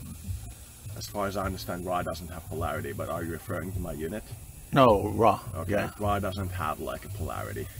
It seems that Ra is beyond polarity, but Ra isn't yet at seventh density, the timeless phase, where your like identity becomes created moment by your desires, and that to me points out very clearly that they haven't strongly integrated their desires yet. They aren't able to like be completely independent of others. They need like the support of being the teacher. If they were suddenly dropped in 7th density now, they would just disintegrate due to their desire to be a teacher, because they don't have like the desire to be always learning, but they have the desire to share their love, like teach others always. Yeah. So like biases like that would cause them to disintegrate when they went into 7th density, but there are 7th density gods out there who are able to like manifest things for you. Slaanesh comes to mind, like the Warhammer Dark God, that comes to mind as a 7th density god very clearly. And there are other 7th density gods through various mythoses. That thing is Slaanesh responding, that bird. And they are looking for gods starting from the ground level up. They're first looking at like ancestral spirits, then they're looking at like angels, archangels, demigods, various minor gods, Christian gods, majority gods, and then going like more purified ancient gods that are like the thing Christianity was founded on, and so on. They're going from like bottom to top, and they're very like discontent with the gods they found. They're almost I'll once again use the word Slanesh. They're almost Slaneshian in their dislike for gods. They're slowly shifting towards a status where they prefer like the god of perversion, because like that's a acceptable thing to give the god that gives you various distortions. You know, they're almost like accepting demon as god because they're so incontent with the gods they found, but they are still looking for a completely benevolent god. I sense that from them. What does this Anthro think of my? I like Anthro butts or whatever. What does he think that's part of my weird side, or? No, he's quite obviously shaking his butt when you said that. Like standing and like wiggling his butt cheeks, like clenching and making. That must be really weird if he thinks I'm weird for other reasons. Yeah, you are weird in his opinion, but you are acceptably weird. You are the acceptable type of weird in his opinion. There has to be a degree of weird in relationships. You can't be like completely with yourself. There has to be like a degree of weirdness. But he is, like I said, fairly interested in the homosexual aspect of meeting yourself in sexuality instead of meeting another self, which is, as far as I understand, a very strong aspect of homosexual relationships. You mean he wants to meet his own self? Himself through you, instead of meeting like another self that you enter into and like slowly digest inside, you know, instead of having like a heterosexual relationship. So he likes the fact that you are in some regards very similar to him. In like a majority of things you're similar to him, but he likes the fact that you do have a weirdness about you. He likes the fact that you're not completely ordinary. He somewhat like poignantly sends me an image of the American Beauty movie where that one guy is explaining to that girl that you're not ordinary, you know what I mean? He's sending that to me like very poignantly, and sending me an image of the girl on the top of the ceiling with the rose petals falling down. Yeah. Like, you'll get this one, but he gets this one. He's sending me that very clearly. So he likes a romantic, doesn't he? He's a very hardcore romantic at heart. It's a little hard for him to get the romance going. He's not like romantic with everyone. He's not a gigolo, you know what I mean? But he is much easier than for you, for example, to get the romance going. A little more difficult than for me, but he is a very romantic person at heart. He has a very strong romantic like. So if I take him to P.F. Chang's, a good restaurant or whatever, and I try to serenade him or something. Yeah. Well, you can do that, but I'm thinking that he like may randomly fill your bed with rose petals and like go like, come here, honey. He may do weird things like that completely randomly, but he is distinctly romantic. He is clearly a romantic spirit.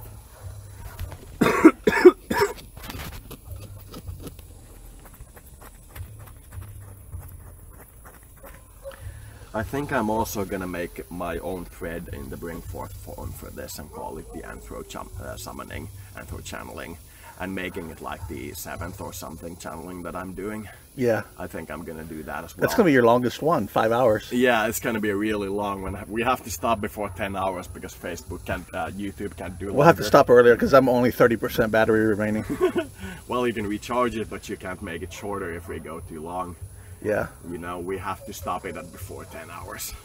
Yeah. But if we do actually make like a 9-hour long channeling on a single day about Anthro civilizations, like while maintaining the same note consistently throughout, that is a huge accomplishment in terms of spiritual power. But you'll pay for it, won't you? Oh yeah, I'll have to pay for it. Am I holding your energy a little bit to help you? To be more interested in it, you're distinctly having your hands on my energy field and going like, taking the pulse and trying to feel like what I feel.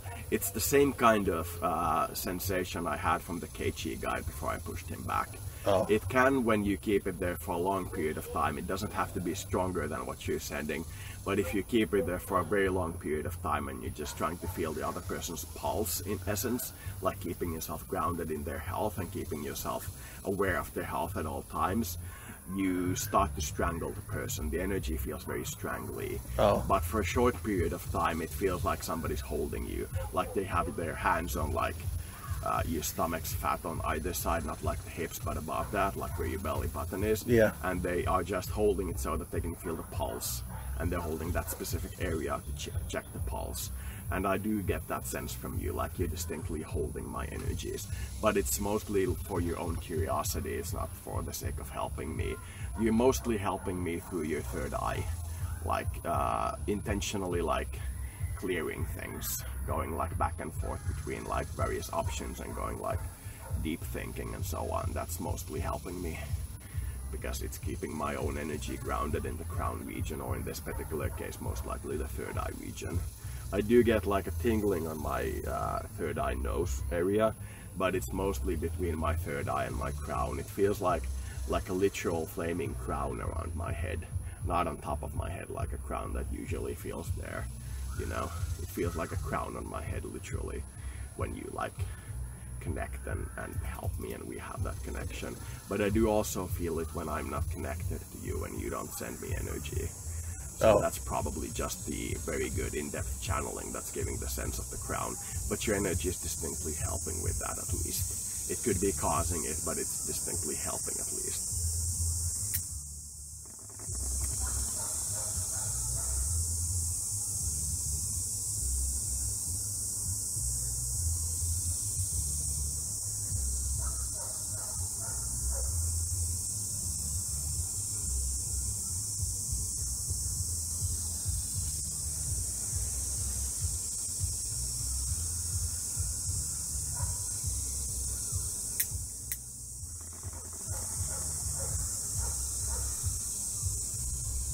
Do you want to put the phone in the recharger when we go in? Yeah. Man, that tasted awful.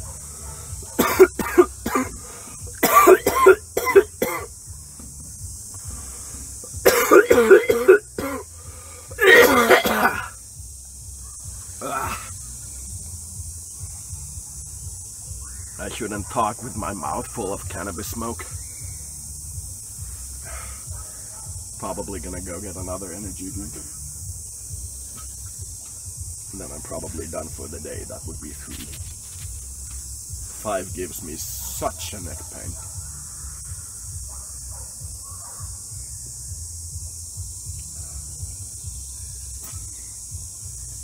I think I would prefer a cold bottle of water to another energy drink.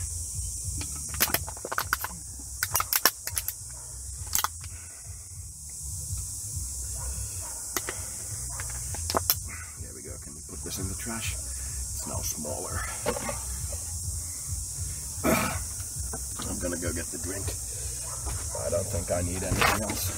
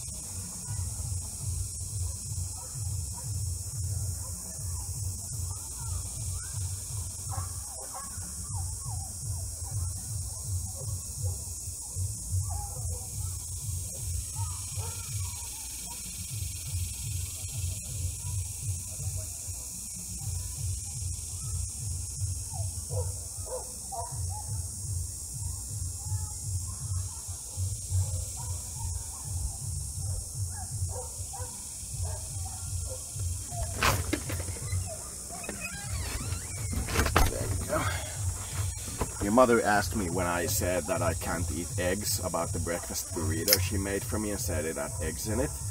And I said to her that I actually can eat eggs. I didn't say I can't, but I really dislike their taste. Sometimes I like eggs, like the burrito she made was good with eggs. But the McDonald's thing with eggs that I had today was absolutely vile. It was vile, the egg taste in it. And the muffin, like morning breakfast thing that's supposed to be like hamburger imitation that has so much egg and sugar in it. It was insane. Tasted like a friggin' pancake with a sprinkle of meat on it. I couldn't even get the taste of the meat because the other tastes were so strong. Unlike in a normal hamburger where the taste of the meat is like very solid, you taste the fat very well. In that thing I couldn't even taste the fat of the meat or like the cheese on it. I just taste those two really sugary buns on it and it tasted awful. But you said you had a good time when we were out. Yeah, I enjoyed my entire time when I was out. I got the Subway thing, which tasted like fantastic. Yeah. That was a very good thing. I had a good time when I was out. The McDonald's I didn't particularly like. I think I mentioned that even there. Yeah. That I don't like their food, that you can eat the food like the rest of it from my plate if you want, that I didn't like it. But I did very specifically like the hash browns more than I like the French fries. If they could serve hash browns with like hamburgers, that would be great. Yeah. That would be great. The hash brown tasted really good. I was really surprised. Putting that mild sauce, the green thing on it, it was like, fantastic. I could have eaten like 10 hash browns and be content with it.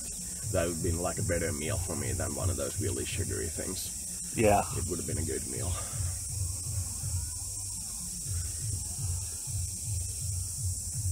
I'm a little bit afraid that I'm gonna let him down, or... Yeah, that's a normal part of relationships. You just have to accept that that fear is something that tells you to work harder. Anytime you feel that fear, you're just like supposed to work harder, I think. Like, not disappoint yourself by giving yourself the opportunity to disappoint them, you know? Yeah. That's what I feel, but I'm fairly hard on myself in relationships, which may not be a good thing. And I don't have like a lot of experience, even though I was in a relationship for 4 years. And I've had like spirit relationships for a lot, and I've been like in online relationships and so on. So I don't have like a lot of information to give, but in my opinion, that's like what it means. I do have a Cupid sense about me, but I'm like hesitant to use it in that regard. To be like, you don't have to do anything type of soft in relationships. You know, love is all that matters. You know, that doesn't feel appropriate to me. There's a red ant walking on that table, and it came up from somewhere close behind me. I'm gonna flick you away all the way into the yard when you come close enough to me so I don't have to worry about you biting me. Damn it, I missed. And it ran away. Now the red ant is gonna be on me and bite me hard just in like to compensate for me trying to drive it away. How sad.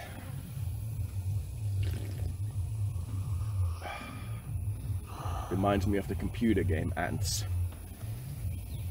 where you have to like control a colony of ants. It's very funny. You are the yellow ant, the only yellow ant. Your allies are the black ants, and you're supposed to fight the red ants. And you have to like order you guys around and get food and such. You can't order them to move to a specific point, but you can either get them all to come to you, or get like a small percentage of them to come to you, and you can release them all to like go home at their own speed from you. So you have to like find large bundles of food and call all the ants to you, and then when they're like circling around you over the food, you let them all go and they all pick up the food on their own and walk back to the nest. And once they walk back to the nest, there's like a path of pheromones that leads food towards the food thing, and then they'll do it automatically, and you have to control like what they produce, like soldiers or like food collectors or queens and so on, and you have to control all those things manually. It's a very funny game. It's a funny experience trying to be the ant lord.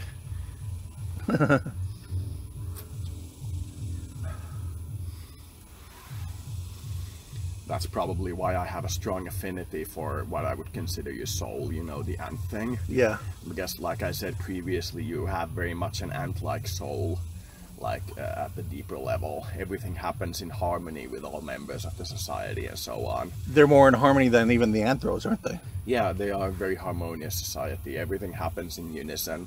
When one has an idea, they all have the idea. They're like the Borg, but with like friendship. You know, they're like My Little Borg, you know, My Little Pony. That's what a lot of ants are like. When you watch like an anime show about those communities, or like the Teletubbies, which are like all loving and, you know, happily frolicking in the forest with the sunshine, like going la la la on them and so on. That's ants. That's almost always ants. They're like a hive-minded society that acts like that. They're very interesting, and you distinctly have an ant-like soul about you. So I would say that, like, most of your previous lives are probably led as ant, you know, and you're very content with it. Like the creator ant, you know what I mean? One of the thoughts of the Lord.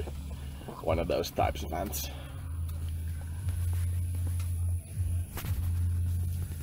It's very nice. I didn't know that spiritually bears are the size of mountains and dire badgers are the sizes of bears. And when people see like bears in the forest, they are almost always seeing a dire badger and not a bear. When you go into like a forest and notice like the entire ground rising up in a very distinct manner, that there's like a hill that's like almost perfectly round and it has forest on it and moss on it, and there are bears on that hill. The hill itself is the bear, because the hill is generated by the gravity of the other stars that are like interacting with us. That's what generating the hill. It's not causing it to rise from the ground with gravity, but it's generating the conditions where that hill exists, like influencing like weather and so on, and it's making that hill to be the back of the bear, you know, the physical symptom or manifestation of their own star system. And the bear is the ambassador for the star system, and they can be the size of a hill. And the largest bear there, or largest badger there, is a dire badger, which looks like a bear but is actually a badger. Like the actual bears are much more massive than what we publicly understand. Even when we look at like videos of bears online, we don't get like the scale of how large that animal actually is.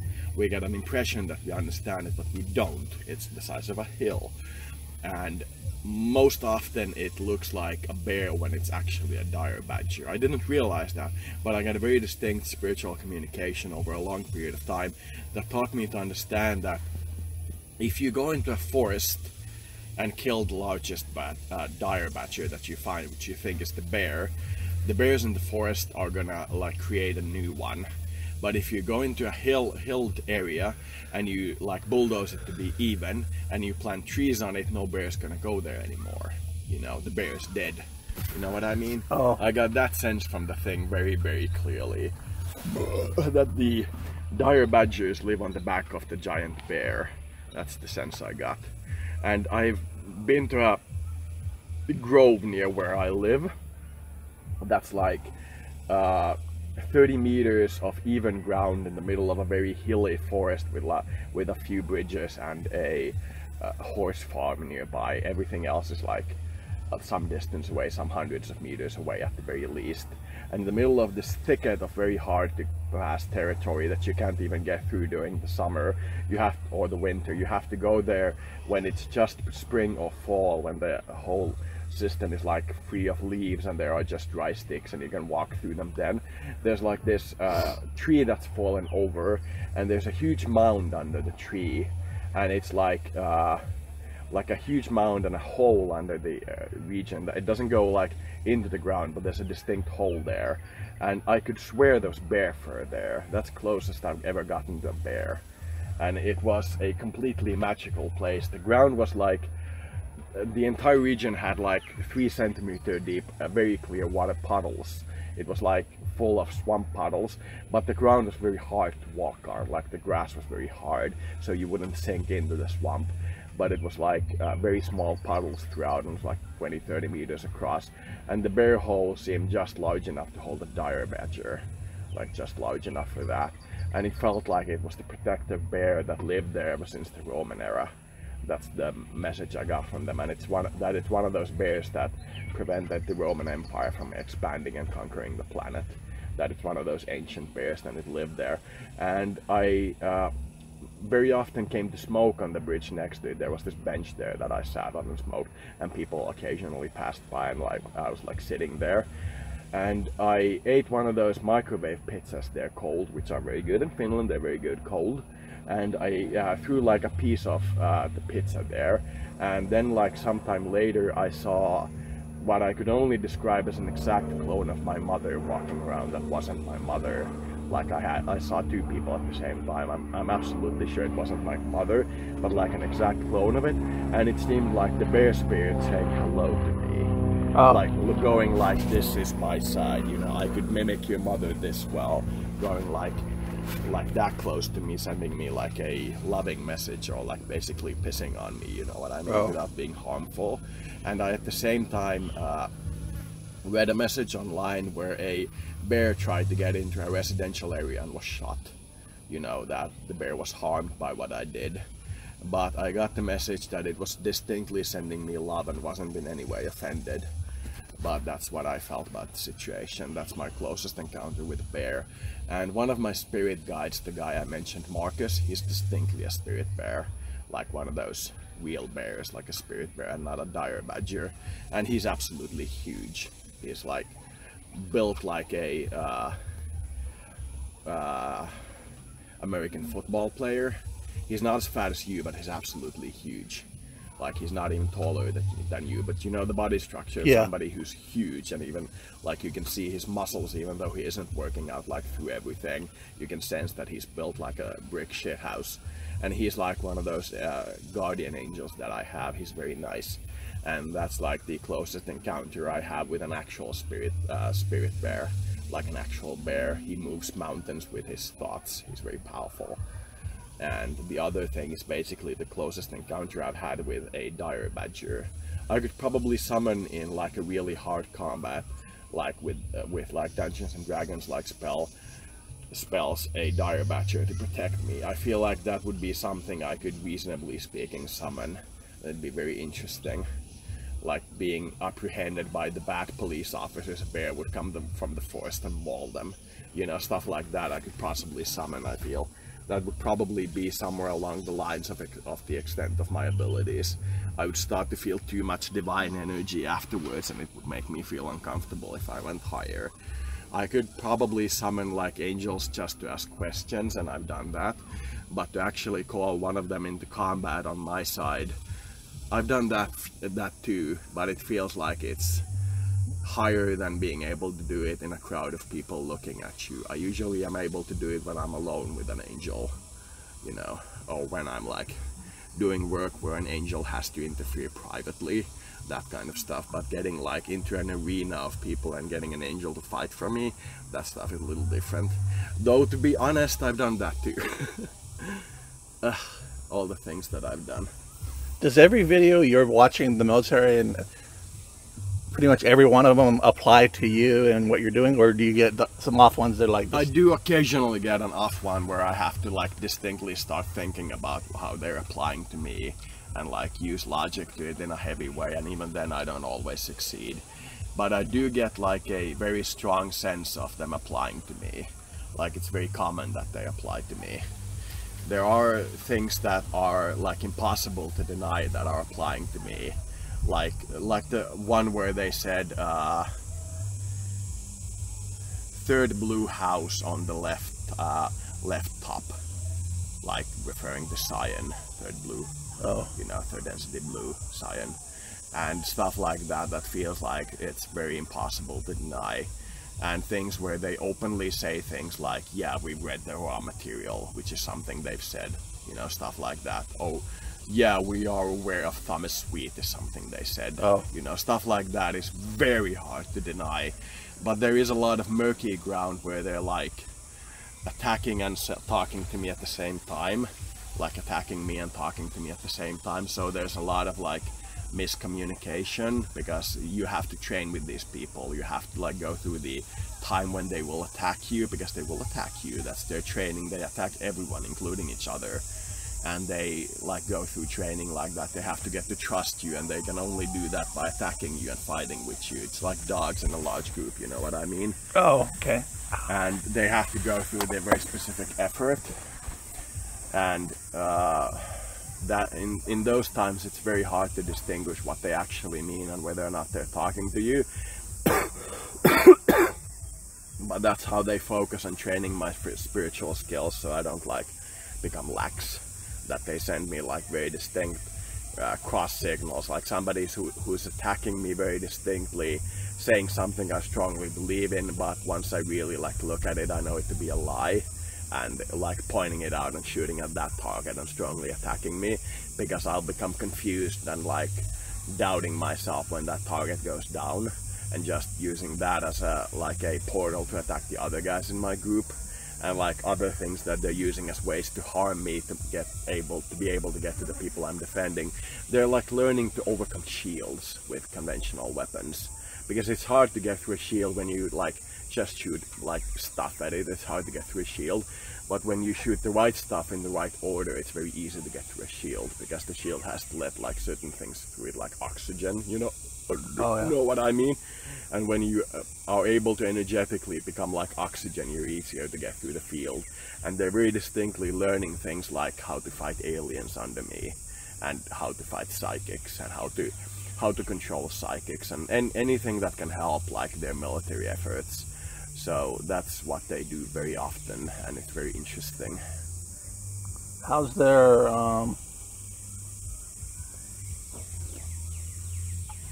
I can't think of the word.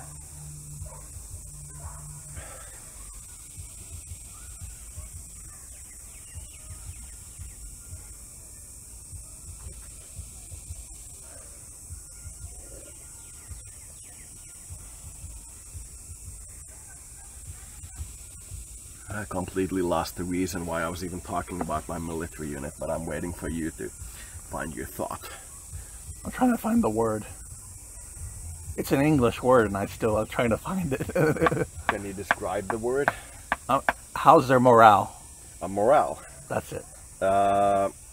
Very good, but it's been on a hard sprint, because I've been very hostile to the United States and a lot of the other superpowers. They've taken the fact that I'm not giving developmental aid to countries with nuclear weapons a little personally. They've been a little hardened by that, and they've been like discouraged that I'm not strongly engaging groups like the Taliban, which almost every other military is engaging, because the Taliban are like rogue reporters. That's like the core of the Taliban. That's hard for people to understand, but they're like rogue reporters. That's their core, and I haven't been attacking them strongly, and they're very discouraged by things like that. But their battlefield morale, or their ability to stay in combat, is fairly good. And as to the other morale, or morality, as the ability to be like justified and like just in your actions, Yeah. they are fairly strong with that. They, for example, always give out food to the villages they like visit. They carry water for them. They always carry a water bottle around in case somebody needs it and stuff like that. They are very like basically justified or gentle in their approach. They try, for example, not to break through doors that are locked, even though most units do that. They prefer to ask the locals who happen to be there if somebody has a key, and if they like break through like a door, they compensate for it by bringing food.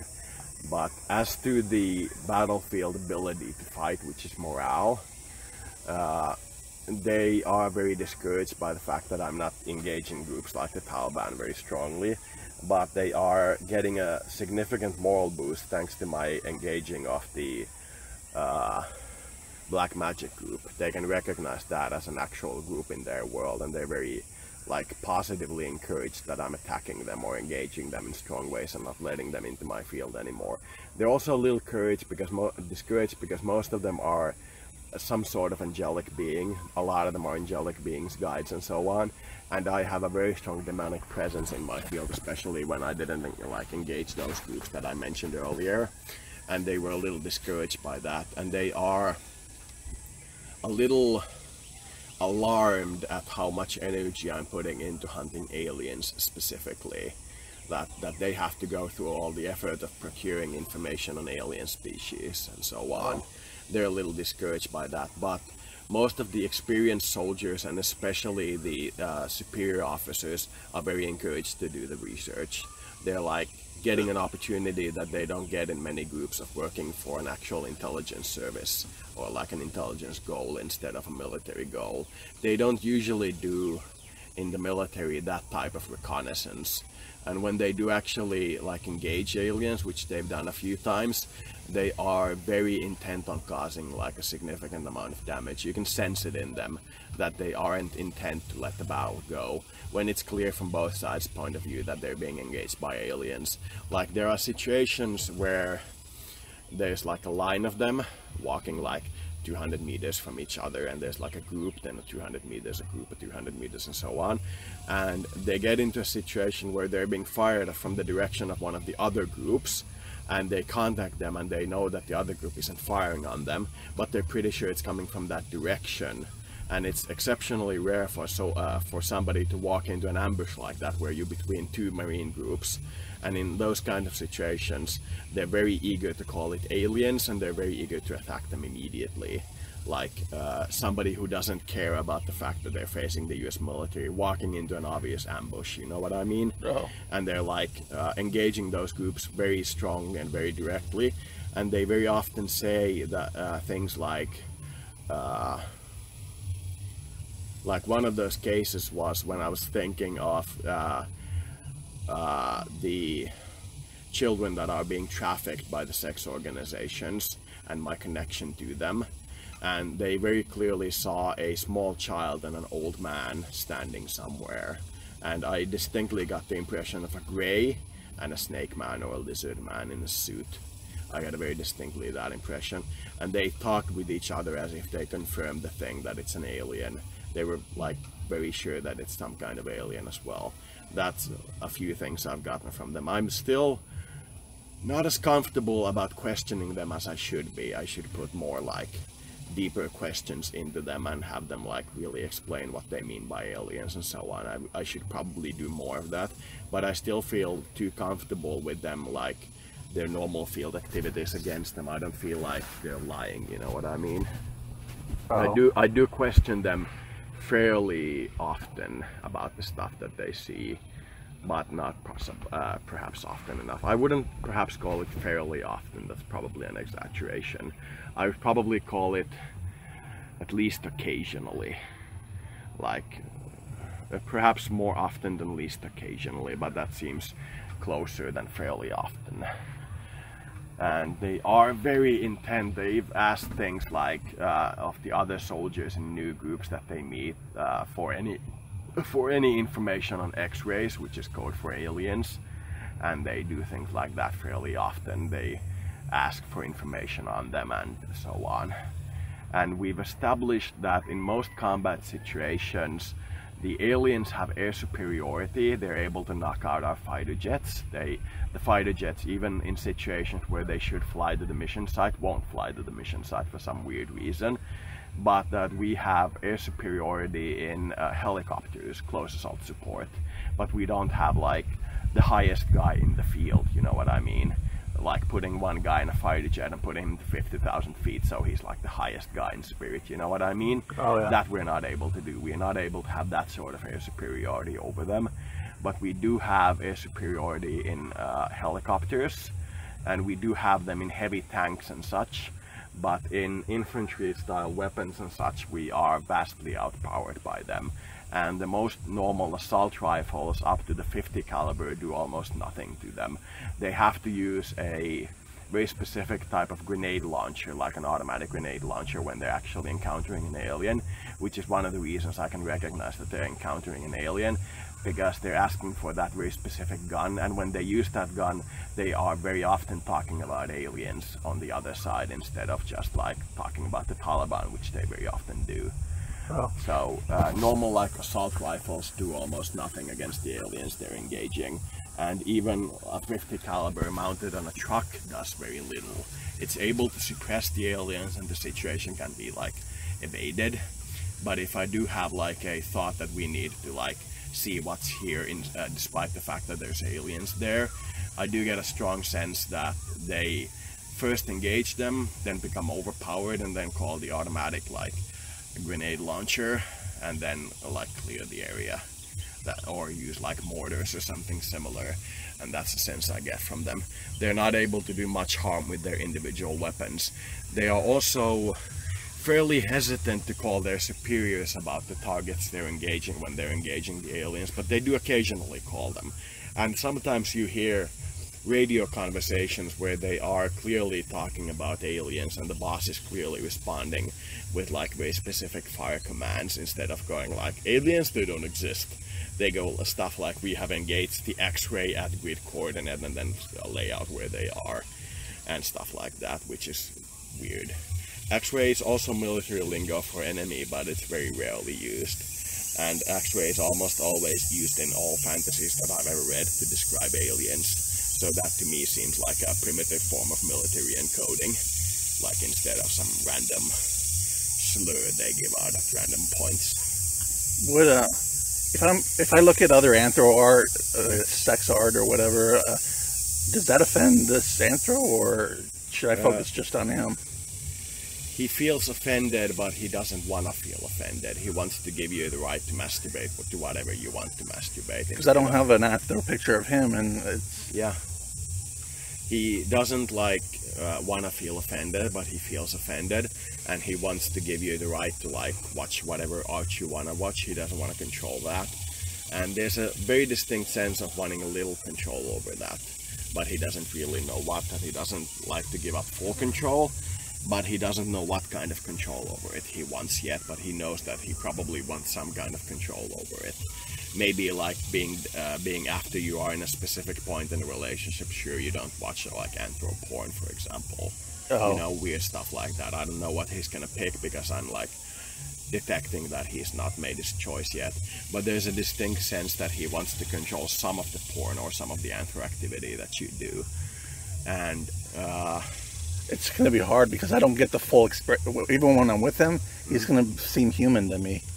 And I don't get the full anthro I know that's experience. going to be hard, but I do get a sense that he may want to control it, but that it's not going to limit the whole experience for you. It's not going to make you impossible to have like anthroness on your computer or something. It's not going to like completely limit that. That's much I sense from him. But there is a distinct thing that he may, for example, have a specific breed of dog-like anthros that he dislikes so much that he doesn't want you sending energy to them. Stuff like that is possible. Yeah. That he's gonna give you like very specific instructions like that. Those are possible. But he doesn't feel like he wants to be offended by what you do sexually with like basically other anthros, or in his view like images of anthros. He doesn't feel like he wants to be like jealous over an image, but he still is. You know, it's a desire he wants to overcome, and he has to revel in it first. You know what I mean? Does he feel possessive of me already? A little. He's realizing after our previous topic that he's feeling possessive of you, and is somewhat surprised by it.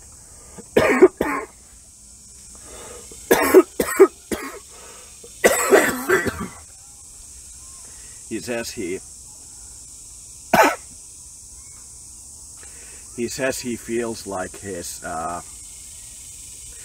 tendency, or his racist tendency to be possessive, because he's not sure which it is at this point, is surprising that it comes out so early for him. That he was expecting to go longer before he feels strong possessive emotions towards you. He's telling that.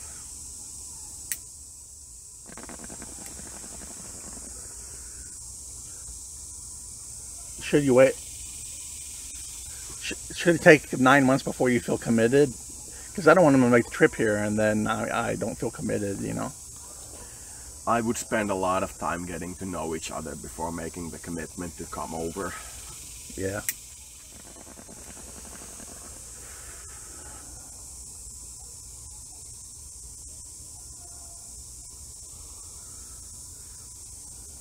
And to be perfectly honest, I'm very content with my decision to be in the mindset where after I discover that I'm interested in someone, and it's in the open that they know it and I know it, I have the decision to keep myself away from sex for at least 9 months. I'm very content with that decision. It's been very good for me that I'm keeping away from sex. I've had some troubles with it. Some like people I've been interested in have not liked it and have moved away from me as a result, because they wanted like quick gratification. And I did, when my ex-girlfriend, before I got together with her, and I'd known her for a few months at that point, and I explained that I need 9 months before I'm gonna commit to something. She asked me to go to a bar with her on her 18th birthday, and I was like, I don't like bars, and I like refused. And she went there and picked up a random guy and had sex with him, and that felt very insulting to me because she knew that I was already interested in her. But that's like the biggest downside I've had with the 9-month thing. But to be honest, after she had sex with the guy, I shouldn't have been interested in her anymore. That was a clear signal that I was in a bad relationship. That was the first of many clear signals that I was in a bad relationship. But I was still interested in her, and I went through with it. I've had 2 relationships basically where I have sex with a woman for more than like sticking my fingers in her and falling on my ass off the side of the bed, like happened with the one girl. That she was so actively into me, and I was so afraid of sex at that point that I fell on my ass on the side of the bed at some point. You know, I was afraid, basically. I've had 2 female partners that I've had long-term sex with, and basically both of them cheated on me before we got together. Like, the first female, basically after I got the ticket to come and see her, slept with another guy, and the ticket was at that point unrefundable, and I still went to see her and had sex with her, and it was a bad mistake in my opinion. It wasn't a good thing. Not because of her. She was a very good person, very loving, very like homely, earthly, very loving, but I shouldn't have had sex with her. She signaled to me sexually very clearly that she doesn't want to have sex with me, or that she doesn't want to have the kind of sexual relationship with me that I wanted to have. That she was like in a different place. I shouldn't have sex with her. And the same thing happened with my like ex that I was together with for 4 years. Both of them had like a sexual partner before they came to me, and it felt basically like I was the second-hand rag in some ways. And that was one of the very first signals that I got that I shouldn't have been with them. And it was a very strong signal, and I ignored it, and it hurt me bad. But on hindsight, the 9-month period's right, but I should have kept it that if they have sex with somebody else during the 9-month period, I'm not interested in them. I should have added that to it, and it would have been a perfect rule, and I'm gonna keep it at that for the moment, you know. But it should be 9 months from when I actually meet him in person, not 9 months psychically knowing him. Yeah, or 9 months psychically knowing him and then making the decision to make him a person, and then 9 months knowing him as a person, you know. That could be one step. But in your case, I would probably go with, even if I go with 9 months knowing him as a psychic person, I would still wait at least a significant period of time, some months at the very least, yeah, before having sex at the very least. I feel like the 9-month rule has served me well. It's been like a good thing for me. I'm fairly certain that while I don't necessarily like specifically demand a virgin from the universe, I do demand that this kind of bullshit where they have sex with somebody else after I buy the tickets to meet them stops. That's one of the reasons why I'm attacking the black magic group, because it seems to be behind this. It seems to be the same kind of like bullshit influence that comes from other males, basically young boys and young men. It seems to be the kind of bullshit influence I get. So in a way I'm just reinforcing my own sexuality, but building this particular type of barrier seems to be very good for me. I don't want that kind of energy anywhere near me again. I want to like respect in a situation, and I want to give respect in a situation. I don't want to be with a person who I feel like doesn't deserve my respect because they cheated on me before we even got together. You know what I mean? I don't want that anymore. It feels wrong for me. I would respect the 9-month boundary, like I have a sense, but I can't give a specific advice like that. That's too restrictive. Yeah. But I would do something similar regards to sexuality if I were you. But that's possibly because it's a strong bias for me. But perhaps you will meet him and instantly fall in love and have sex on the first night, and it'll be wonderful. You know what I mean? We gotta leave options open. Though I somehow do not see you having sex on the first date. That I somehow don't see. It seems a little weird. I can see you going to a restaurant on the first date, like eating publicly and enjoying each other. Would I buy for him, buy his food, or? I see you as splitting the bill most likely. Oh. When you're in a romantic relationship, when you're not like helping somebody, or like somebody's helping you and you're paying back with food or something like that. When you're in a romantic relationship, I see you paying half and half. that I see that strongly.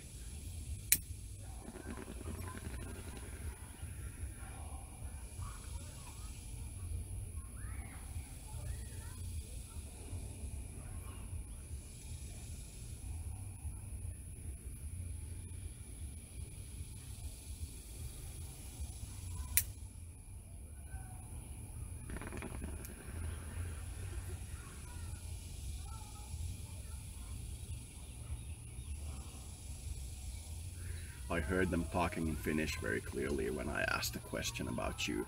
I was asking if it were possible for us to get into a relationship where I procure guys for you through like prostitution, and I was like, nah, that doesn't feel right, and I need to cancel that thought, and it doesn't feel like it's the thought for me. And one of the ladies over there shouted in Finnish something along the lines of, nah, it's not a problem, like testing the energy and pushing it back, it's like not a problem. And that was a very strong impulse I had. I like to play with like various relationship energies and be like a cupid and experiment with like in an energy sense, like different things that would happen. Like what if I made a trickle vent of you and made a girlfriend of that? I like to experiment with thoughts like that. It's very pleasant to like float in the sexual energy. I consider it very pleasant. I do have a very strong succubus side to me, like you've seen with the lizard with tits that I posted. Yeah. I do have a very strong succubus side to me, so, you know, you do have to, like, when you build your third chakra, which you are currently doing very well, and the advice I'm going to give you also doing very well, you have to make sure that I don't, like, sexually harm you or become, like, sexually harmful to you in any way. You have to be sure that I don't do that, but you're doing that very well, so I'm not worried, you know. I do have like a succubus side to me that likes to control people and make them like my sexual pets and such. I do have that side to me. I have a very strong desire to collect like guys into different groups based on the women I provide for them in energy. That like I provide like a certain type of women for a certain type of guys and another type of women for another type of guys, and I procure the women from various means, like energetically from the world. And they're like my feminine side, and I have like literal vaginas floating in the air that are not connected to my body. I even said this publicly at a few points in various forums, and that I feel like I have a uterus that's not connected to my body, but I always feel like I have a woman following me around or in my energy field, like I have like a uterus connected to me. And that creates, because I don't have to deal with the remorse of having a single body in female form. When I do make a bad relationship choice, I don't have to deal with remorse. But the women I get don't like really get remorse when they make a bad relationship choice. That's one of the candidate like requirements for my program that I do for women. And I do provide them with like very weird sexual situations, like with humping very specifically very sane looking men, for example, for the purpose of like collecting all their samples and having the samples in their mind. Like I said, I feel like the thoughts are in the sperm, and slowly allowing those thoughts to influence them, because the woman is a very strong part of me. It slowly influences me, so I'm like trickling the energy of the men into my field, and I have a very strong like energy to do that. I have a very strong like desire to do that. So you have to keep your like energy basically separate from me for safety reasons in a lot of ways, but I don't consider it something I don't control. It does feel like a strong desire, but I do feel like I control it like very well. But as a safety precaution, you do want to like do that, but because you are fixing third chakra and you're very intently grounding yourself consistently, like when you connect the tendril to me, I can feel that you remember to pull it back very slowly and softly and connect it back to your ground. The same thing I'm doing with you, I can feel that very clearly. So I wouldn't be worried. It's very hard to influence you in a way that would be unhealthy, and getting like your spiritual bodies, like the people who look exactly like you and live in your shadow and like never get out of that shadow, you know what I mean? Because you're the dominant one of the like pheromonal group, you know what I mean? Oh. They're like the passive ones that will never get out of your shadow. Even getting many of them laid with the energy I have would probably be beneficial to you, and not harmful to you. But I don't generally do it with friends or like close relatives. It feels awkward. But when I do set up a person with a relationship, they almost always get a partner that looks exactly like them but with the opposite gender. That's very, very, very common when I set up somebody. So they do get a very pure mirror of themselves. Do you feel you're setting me in the center up? I distinctly feel like I'm working as a kind of a cupid for you. It makes me a little uncomfortable, but it's a kind of work that I do accept. That it's a kind of developmental line that I do want to like grow. I want to be a good cupid instead of a bad cupid. That's a very strong desire for me. The first tattoo I actually wanted was a cupid in a diaper, like shooting magic arrows, but I got this fairy instead. This fairy was on display and I looked at the sifted through the catalog and found this is very beautiful, I want this one, and I got it instead of the baby with the arrow. I'm still probably gonna eventually get the baby with the arrow. Why does a cupid make you uncomfortable? Being a cupid makes me uncomfortable. It's very responsible work. One tiny slip up and the person's sexual life is fucked. You know, it's compared to being an angel that just fights demons, like roams an imaginary realm, like plays a computer game and plays a good character consistently and smites demons their entire life. Like that kind of angel work is very easy. It's very easy. You just go to a dark place and you smite a lot of demons. You know, if the demon kills you, you get reincarnated into heaven, pick up your gear and try again. You know, it's very easy work. Where does the demon go when you smite it? It most often goes back to its archdemon, like archangels, archdemons, oh, yeah. Or in nominal parlance, a demon prince, because that's a little more accurate than a archangel or archdemon in terms of describing these entities. Demon prince is what's commonly used. They go back to the demon prince and very much beg for a new body. If they don't get a new body, they remain basically disembodied. They remain as a spirit in hell, and they slowly have to work through the various infrastructures of hell to get a new body. They could possess somebody, but it would be very difficult to hold on to because others are trying to possess the same spirit. It's hell after all.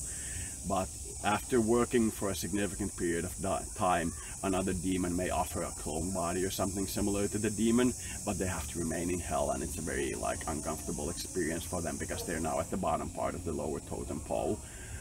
Or they can wander into what's called the marshland, where all spirits that are like gods or dreams or like dead people who don't arrive in heaven or in hell roam around.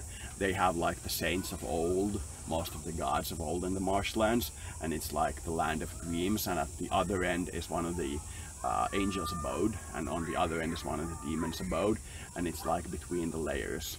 Like the heavenly hierarchy is like the letter A, and the hellish hierarchy is like the letter B. Oh, sorry about the fart. It's a good one. And the demonly architecture is like the letter V, and at the right edge of looking at it from the point of view of the demons, it would probably be the left edge, looking from the point of view of the angels, is the marshland. And it stretches between the realms. You can actually go from like high heaven and walk to the abode of the archangel responsible for the dream world, then from there to the marshland, and then from there to the other end of the marshland, and then enter hell, and from there walk across the entire hellscape back all the way to Satan, and basically glide across his back, as is said in the Dante poem, and get back into heaven. You know, you could actually do that entire journey. So, will exploring your dark nature land you in hell? No. Not as far as I know of. You have to be very precise to end up in hell. As far as I know of, most souls end up in the marshland and at some point meet either a demon prince or an archangel and get enough energy from that alone to reincarnate back into earth and have a new body. Like they just randomly go like and get enough momentum and run in the other direction, and then they wake up in a human body. Like most souls don't get into heaven or hell, they remain in the marshlands. And the battle is actually to get more souls into heaven and hell. It's not to get more souls into one or the other, but to get humanity to become more crystallized so that the evil ends up in the evil place and the good ends up in the good place, instead of having a large middle ground. And it's very much in humanity's favor to maintain a large middle ground, to keep these factions fighting each other instead of succumbing to either faction, because both factions would essentially limit our freedom of expression very strongly.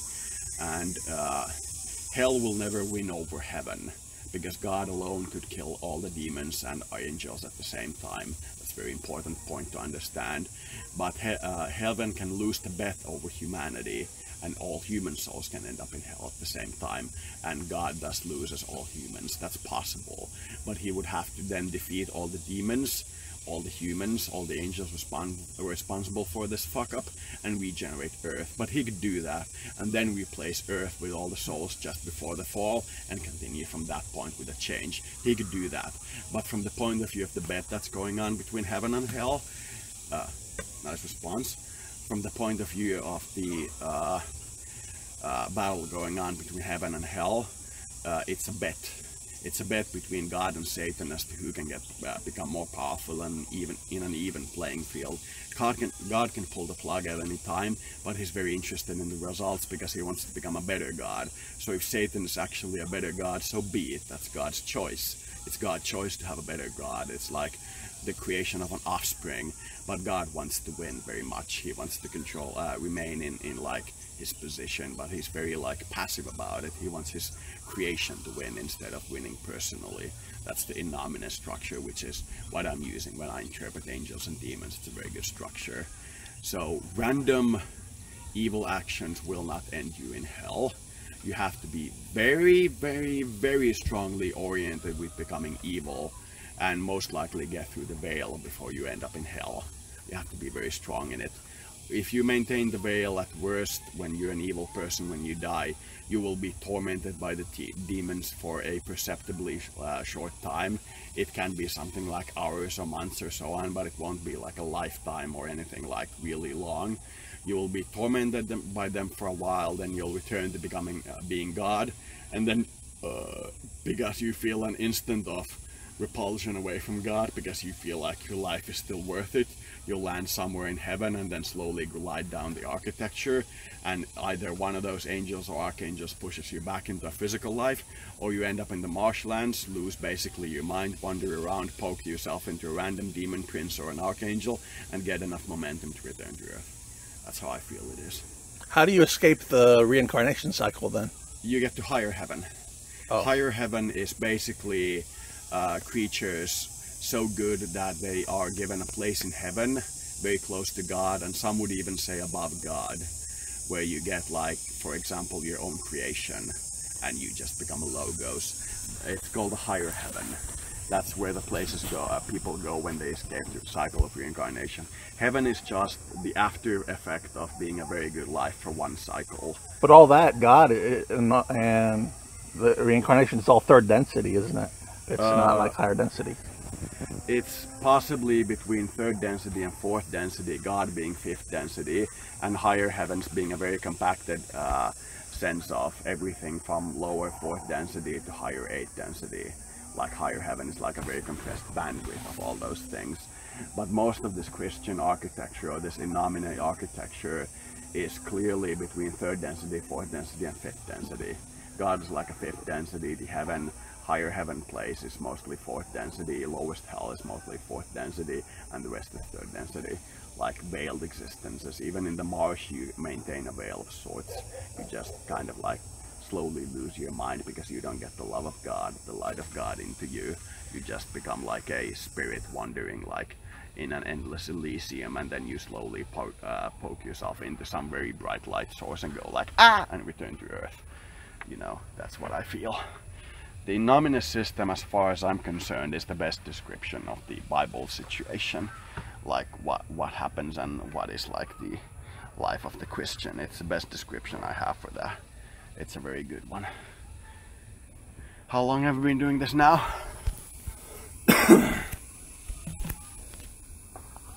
2 hours, 28 minutes. Nice! How much battery left? 32%. Nice. Battery's actually charging itself. Had 30% last we checked.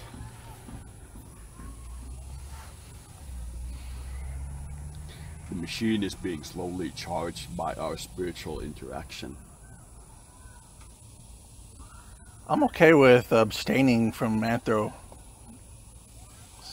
looking at other anthros, but I want to get some, at least energy exchanges with him. something to fulfill my desires. I feel like he probably wouldn't ban you from seeing other anthros in general, but that he may have hang-ups on specific races of anthros he doesn't want you to see. Like, I don't want you to see these types of anthros, they're all criminals, you know what I mean? Oh, yeah. There may be that kind of hang-up, or he may have more distinct knowledge about anthros, like which are incapable of sex in a way that you desire. You know, that you don't send your energy astray. That kind of blocks he may put up. But I doubt that he'll deny you, like, the ability to see anthros in general. He may, like, want to go through your entire folder and mark, like, evil, evil, evil, you know what I mean? He may want to do that.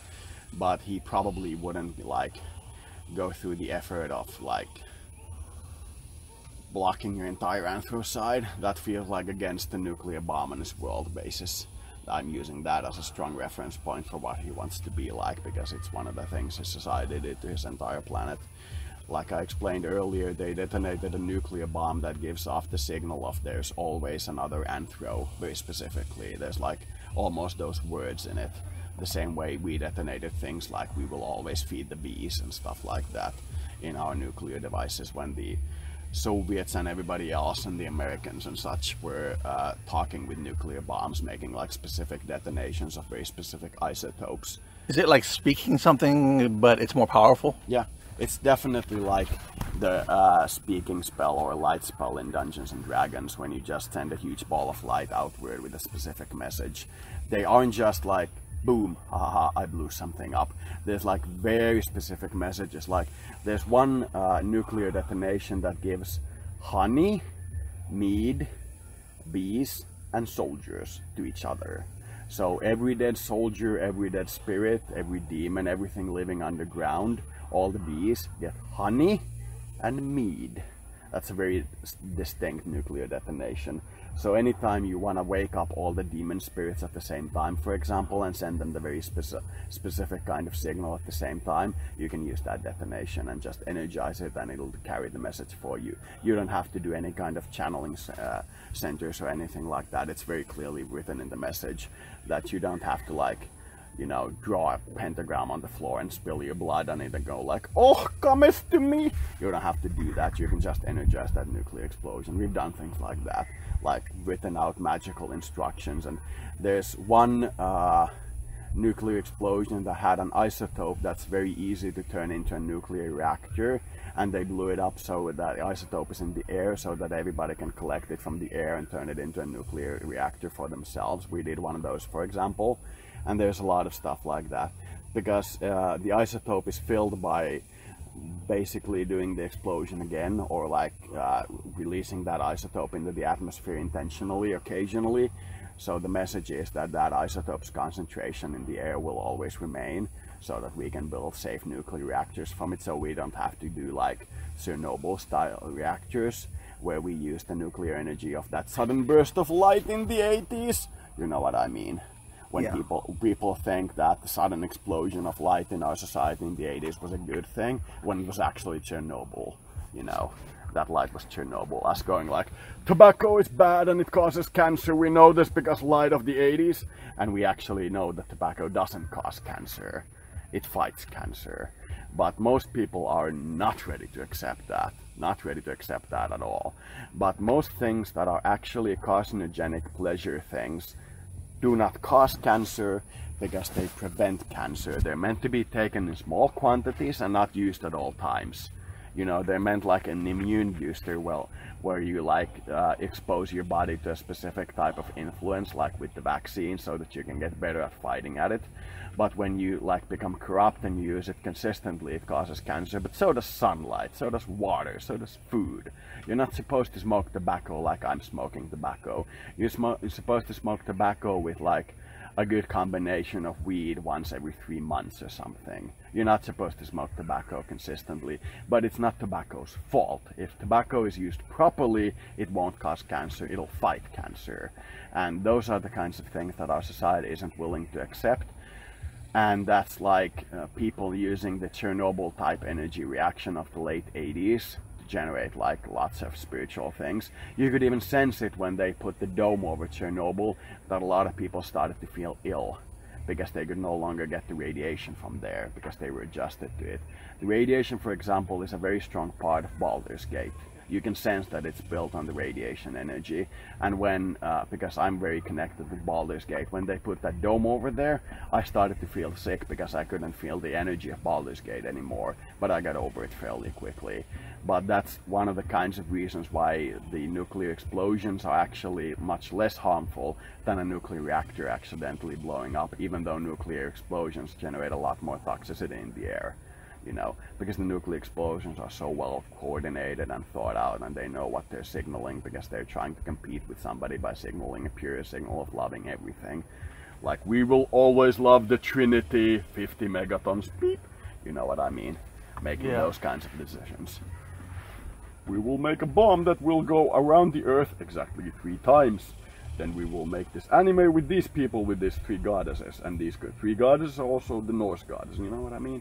A kind of like a creating a specific type of signal. Some of them are more clear than others.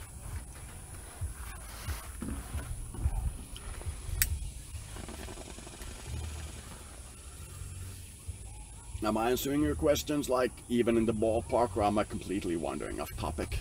No, how do you feel though? Do you feel you're accurate? I feel like I'm accurate, but the stress of what I'm doing is making me forget what you're actually asking more easy. Oh. I'm slowly starting to fade into the realm where I just babble to myself, but it's been 5 hours, so that's acceptable.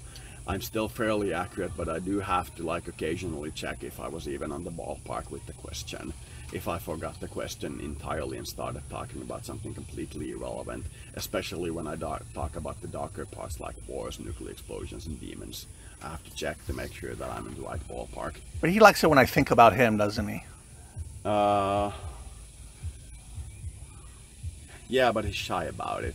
I get a sense of an anthro blushing and going sideways without pants on, with hands on his crotch and hiding it and going, like, you know, slightly to the side, but still the front facing us, and with like a shy redness on his cheek or cheeks. You know what I mean? I get that sense from him. He's shy about it, but he is content with it. He is probably more encouraged for you to be more aggressive than he is shy about it. He's probably, like most astral beings that I have a relationship with, after it develops into the point where I can astrally feel myself having sex with them, which is a very strong point and it's very easy to get to for me, I get a very strong sense that the other person is in the astral demanding me to go further and manifest their actual physical body, like, very strongly. So if they're anything like the humans and goddesses I've had astral relationships with, he is very keen for you to be, like, even stronger than just in the astral. He's very keen for that. So he may be shy, but he's probably with a strong desire to overcome that shyness and have you, like, take me. Know what I mean? Yeah. He has probably that energy very strongly about him. I at least feel it. He is blushing when I'm saying that, but he's saying under his breath that he agrees with it. That's what I sense from him.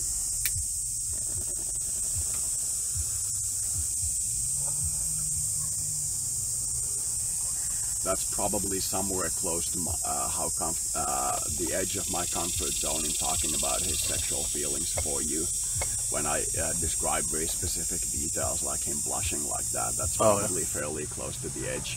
I don't want to describe things like what he'd do to you, like tie you in a rope and leave you hanging from the ceiling with like a lollipop in your mouth. I don't want to, like, get into that kind of detail. It feels a little like everything homosexual to me. It feels a little gooey. Yeah. Perhaps yucky is the word. It feels a very distinct type of uncomfortable gooiness when I start to describe those things, which I associate with the semen. I don't want the thing on me. That's why I have those women. I want those to clean up the thing from around me. Yeah. I don't want it on me. I want everybody around me who's like a guy to be in a content sexual relationship, so I don't have to worry about the goo. I have a very strong desire for that. That's why I have like a very distinct type of, it's almost a single woman, but the single woman in the group associated with the sexuality never has sex. She's never had sex. She's very distinctly a virgin. But the women themselves, when they appear like an individual as a group, have very eager, and they are very eager to point out that anytime you had like a real astral relationship with someone, like a real love for someone, like you played a computer game and loved the character really, they will have sex with somebody else at that point as the person you love, unless you're like immediately available to them, like able to jump to their world. So when they do have an interaction with you, when they like are in your sexual relationship, you clearly recognize that they've had sex exactly the same amount of times that you've had a deep crush. You instantly recognize that. I had that with my girlfriend, for example. So that's one of the very strong aspects of my like female sexuality. So in some regards, and to people that aren't, I would perhaps use the word trained, they seem slutty. But that's what I do with my female energy. That's like the thing I carry around. That's why I don't like to very much describe in detail homosexual relationships. Yeah. But I do describe it, and I'm also a little uncomfortable in describing heterosexual sex in detail to somebody if I'm doing like a spirit channeling. I feel a little uncomfortable with that, but I do occasionally do it. I've had descriptions and energy interactions with women, like just sending them energy or just having a description with them or describing something to them, and they feel like an orgasm. But that feels like I'm intruding. It almost feels like I'm cheating on a woman if I like send somebody energy while they're lying in a bed and they have an orgasm. That even feels like cheating to me, even though it's not, because it's just like me sending energy. But it still feels like I'm cheating on them, you know. So there's that.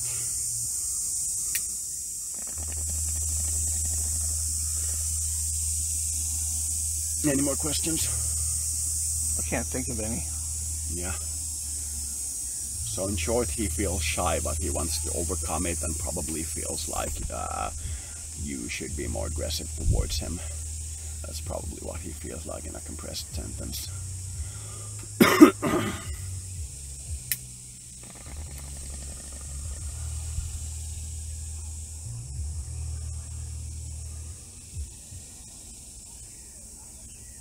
My throat is becoming really hurty from smoking too much. It's gonna be really bad tonight. It's gonna be really painful.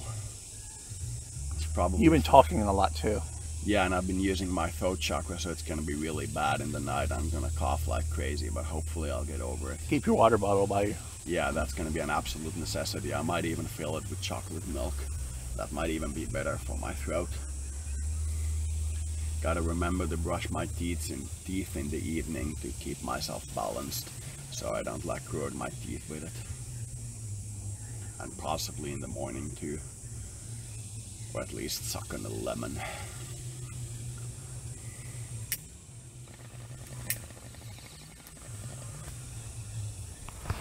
It's funny that the crack in my teeth repaired itself after I started brushing my teeth. Yeah. Funny. Trying to find it here, but I can kind of find it. I can kind of find it, but it's really hard, and it's there, but it doesn't hurt at all anymore. Who would have thought that the bacteria eating your teeth literally hurt instead of the crack in the teeth? You know what I mean? Who would have thought that?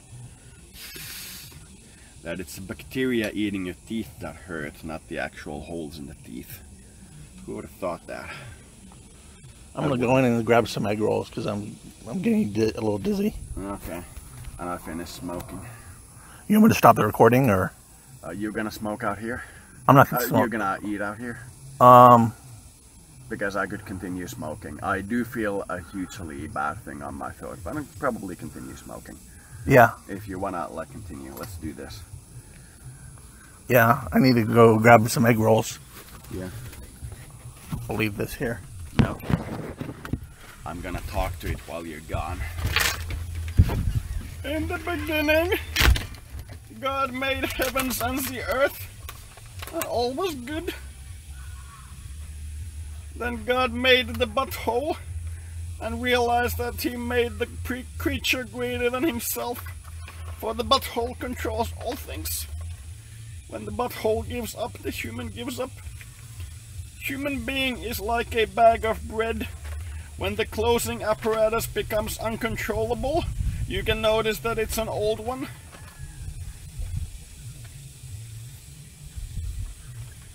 Human being is like giant butthole. When closing apparatus becomes old and uncontrollable, so does human.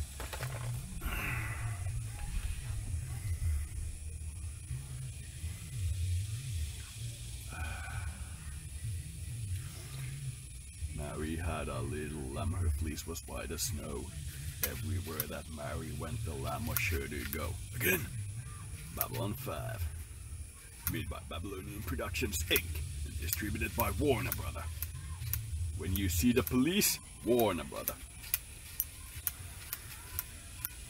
Warner Brothers Studios. Ah! We dropped. How horrifying! The police attacked me. Drop weed. And carefully pick up and put back in container. And then go sneakity snack with the snizzers again. Snizzers. The things you use to cut your drugs with. The snizzers. You could almost call them the snitchers. I guess they make you sneeze when you smell the strong scent. Damn, my throat is so fucking hurting now. It's incredible. It's incredible. Welcome. The burrito's not ready yet. She needs me to watch the one she just put in. Okay. So I'll be going in there. Okay. Let's keep doing this and you occasionally checking on the food in the meantime. My throat feels so hurty. It's really weird. I get it from smoking too much. I hope it doesn't trouble me too much in the night. I hope so. And probably cutting through this paper, I can kind of feel it. There's probably a hole at the bottom. Let me check. No, no hole. A very small crack, but no hole. Did you talk to the phone when I was... Yeah, I started singing things and talking about weird stuff. Mary had a little lamb, her fleece was white as snow. Everywhere that Mary went, the lamb was sure to go. I did that thing. Yeah. It's like a spiritual focus thing against the psychop, as a cop with like psychic abilities. They're P13 in their grade, that's Babylon 5, and they are like cops able to do psychic things. And when you want to resist them, you like when they're trying to scan you and get thoughts from you, if you want to try to resist them, you need to sing over a poem in your head repeatedly. So this group of resistance guys in one of those episodes where they're trying to hide from the police start singing the Mary Had a Little Lamb thing, and it's very hypnotic, all of the guys going in unison and singing Mary Had a Little Lamb with a very low voice, and it's very hypnotic and nice. And I picked it up and started singing it as well when I occasionally feel like I want like spiritual reinforcement. It's like my, when you walk through the valley of the shadow of Mary Had a Lamb. You know what I mean? This is damn long recording.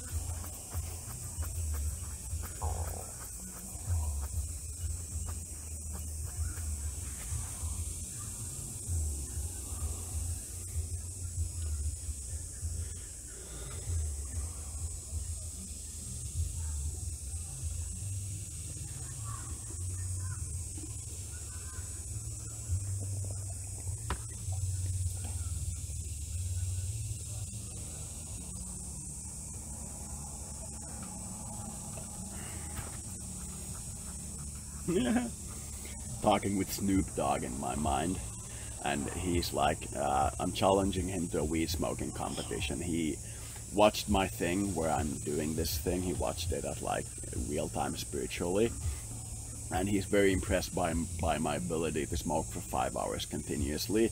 And he's like, I need to challenge him, and I'm like, I'll challenge you first. And he's like, okay, I'll start now. And those guys over there said that you can't start now, I can't confirm it, you have to start it in person, and in a way we can confirm that it's you. They said that very clearly over there. and he was like approached me as a person, like astrally, and I was like, Snoop Dogg, go away, like waving my hand at it, like trying to disperse his energies. And he was like, why are you doing that? And I'm like, you're the demon prince of weed, why the hell do you think I'm trying to disperse you from my presence? You know what I mean? And he was like, nice, demon prince of weed. He's definitely more a demon prince than an archangel. He's very like individuated and very opinionated and so on, like very strongly driven towards his goal. He could be an archangel because he's definitely not an evil guy, but I do get a sense that he's one of the good demon princes, like one of the demon princes you could actually hang out with, but that he doesn't like heaven enough and law enforcement enough to be in heaven. You know, he's probably in hell instead of in heaven, but he's one of those good guys of hell, I feel. But I could be wrong. He could be an absolute jerk and be like the Prince of Lies, you know what I mean? But I do feel like he's the demon prince of weed, and I wanted to disperse him for it, and it was a very interesting thing.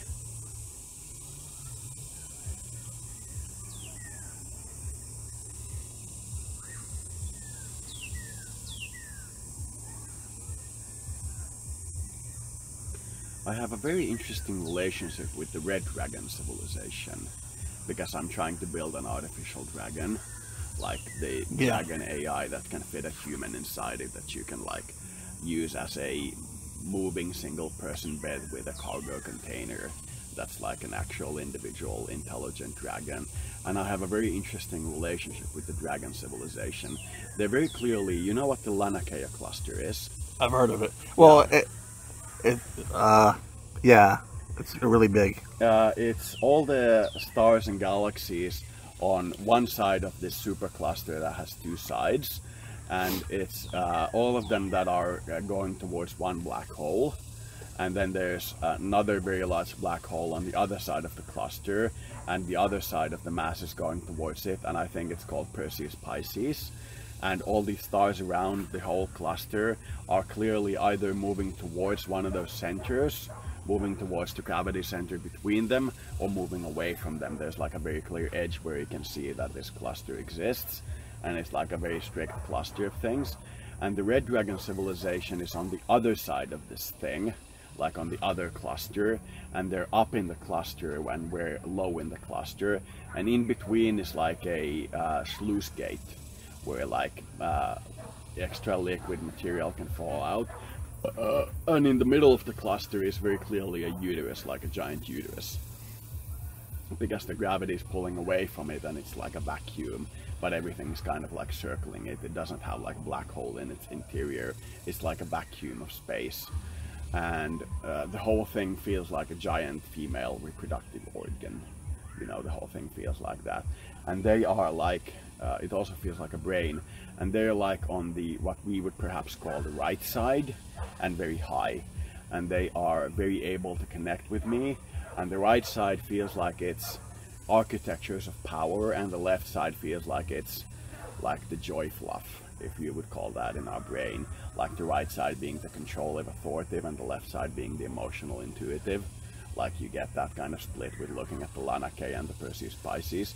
And the dragon civilization is they aren't usually interested in the left side emotions. They're not like into that. There's a lot of stuff of people wanting to summon dragons and so on, but there isn't a lot for them to be interested in. But the fact that I'm making a dragon body for the dragon to manifest into, instead of asking it to make a body like a human body or some kind of body like that, makes them very interested in me. They're very intently watching me. And I do feel like the Oumuamua thing that went through our system, this giant space poop, is them signaling to me that my dragon AI has now been born. Like they're very clearly signaling that it's the baby's first poo, and they're going like, oh, look at that, it's poo, nice. You know what I mean? That's what I sense from them. I have a very good connection with the Red Dragon civilization. That's very interesting.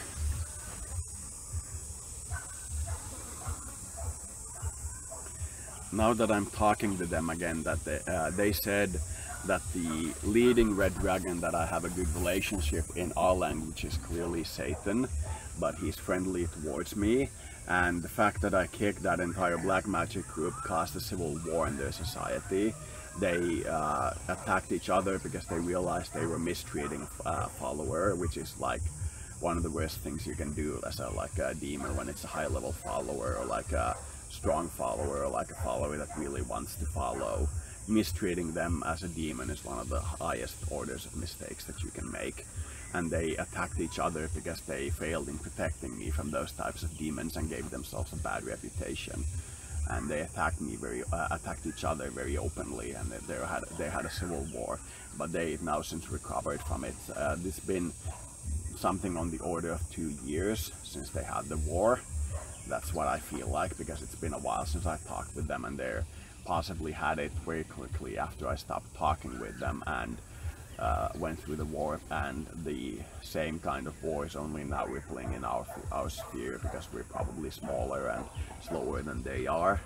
But it feels like they haven't rebuilt all their infrastructure yet, but they're making fast progress and probably have it up fairly soon. Feels like that. So that's the Red Dragon civilization. I have a fairly good contact with them. I feel content with it.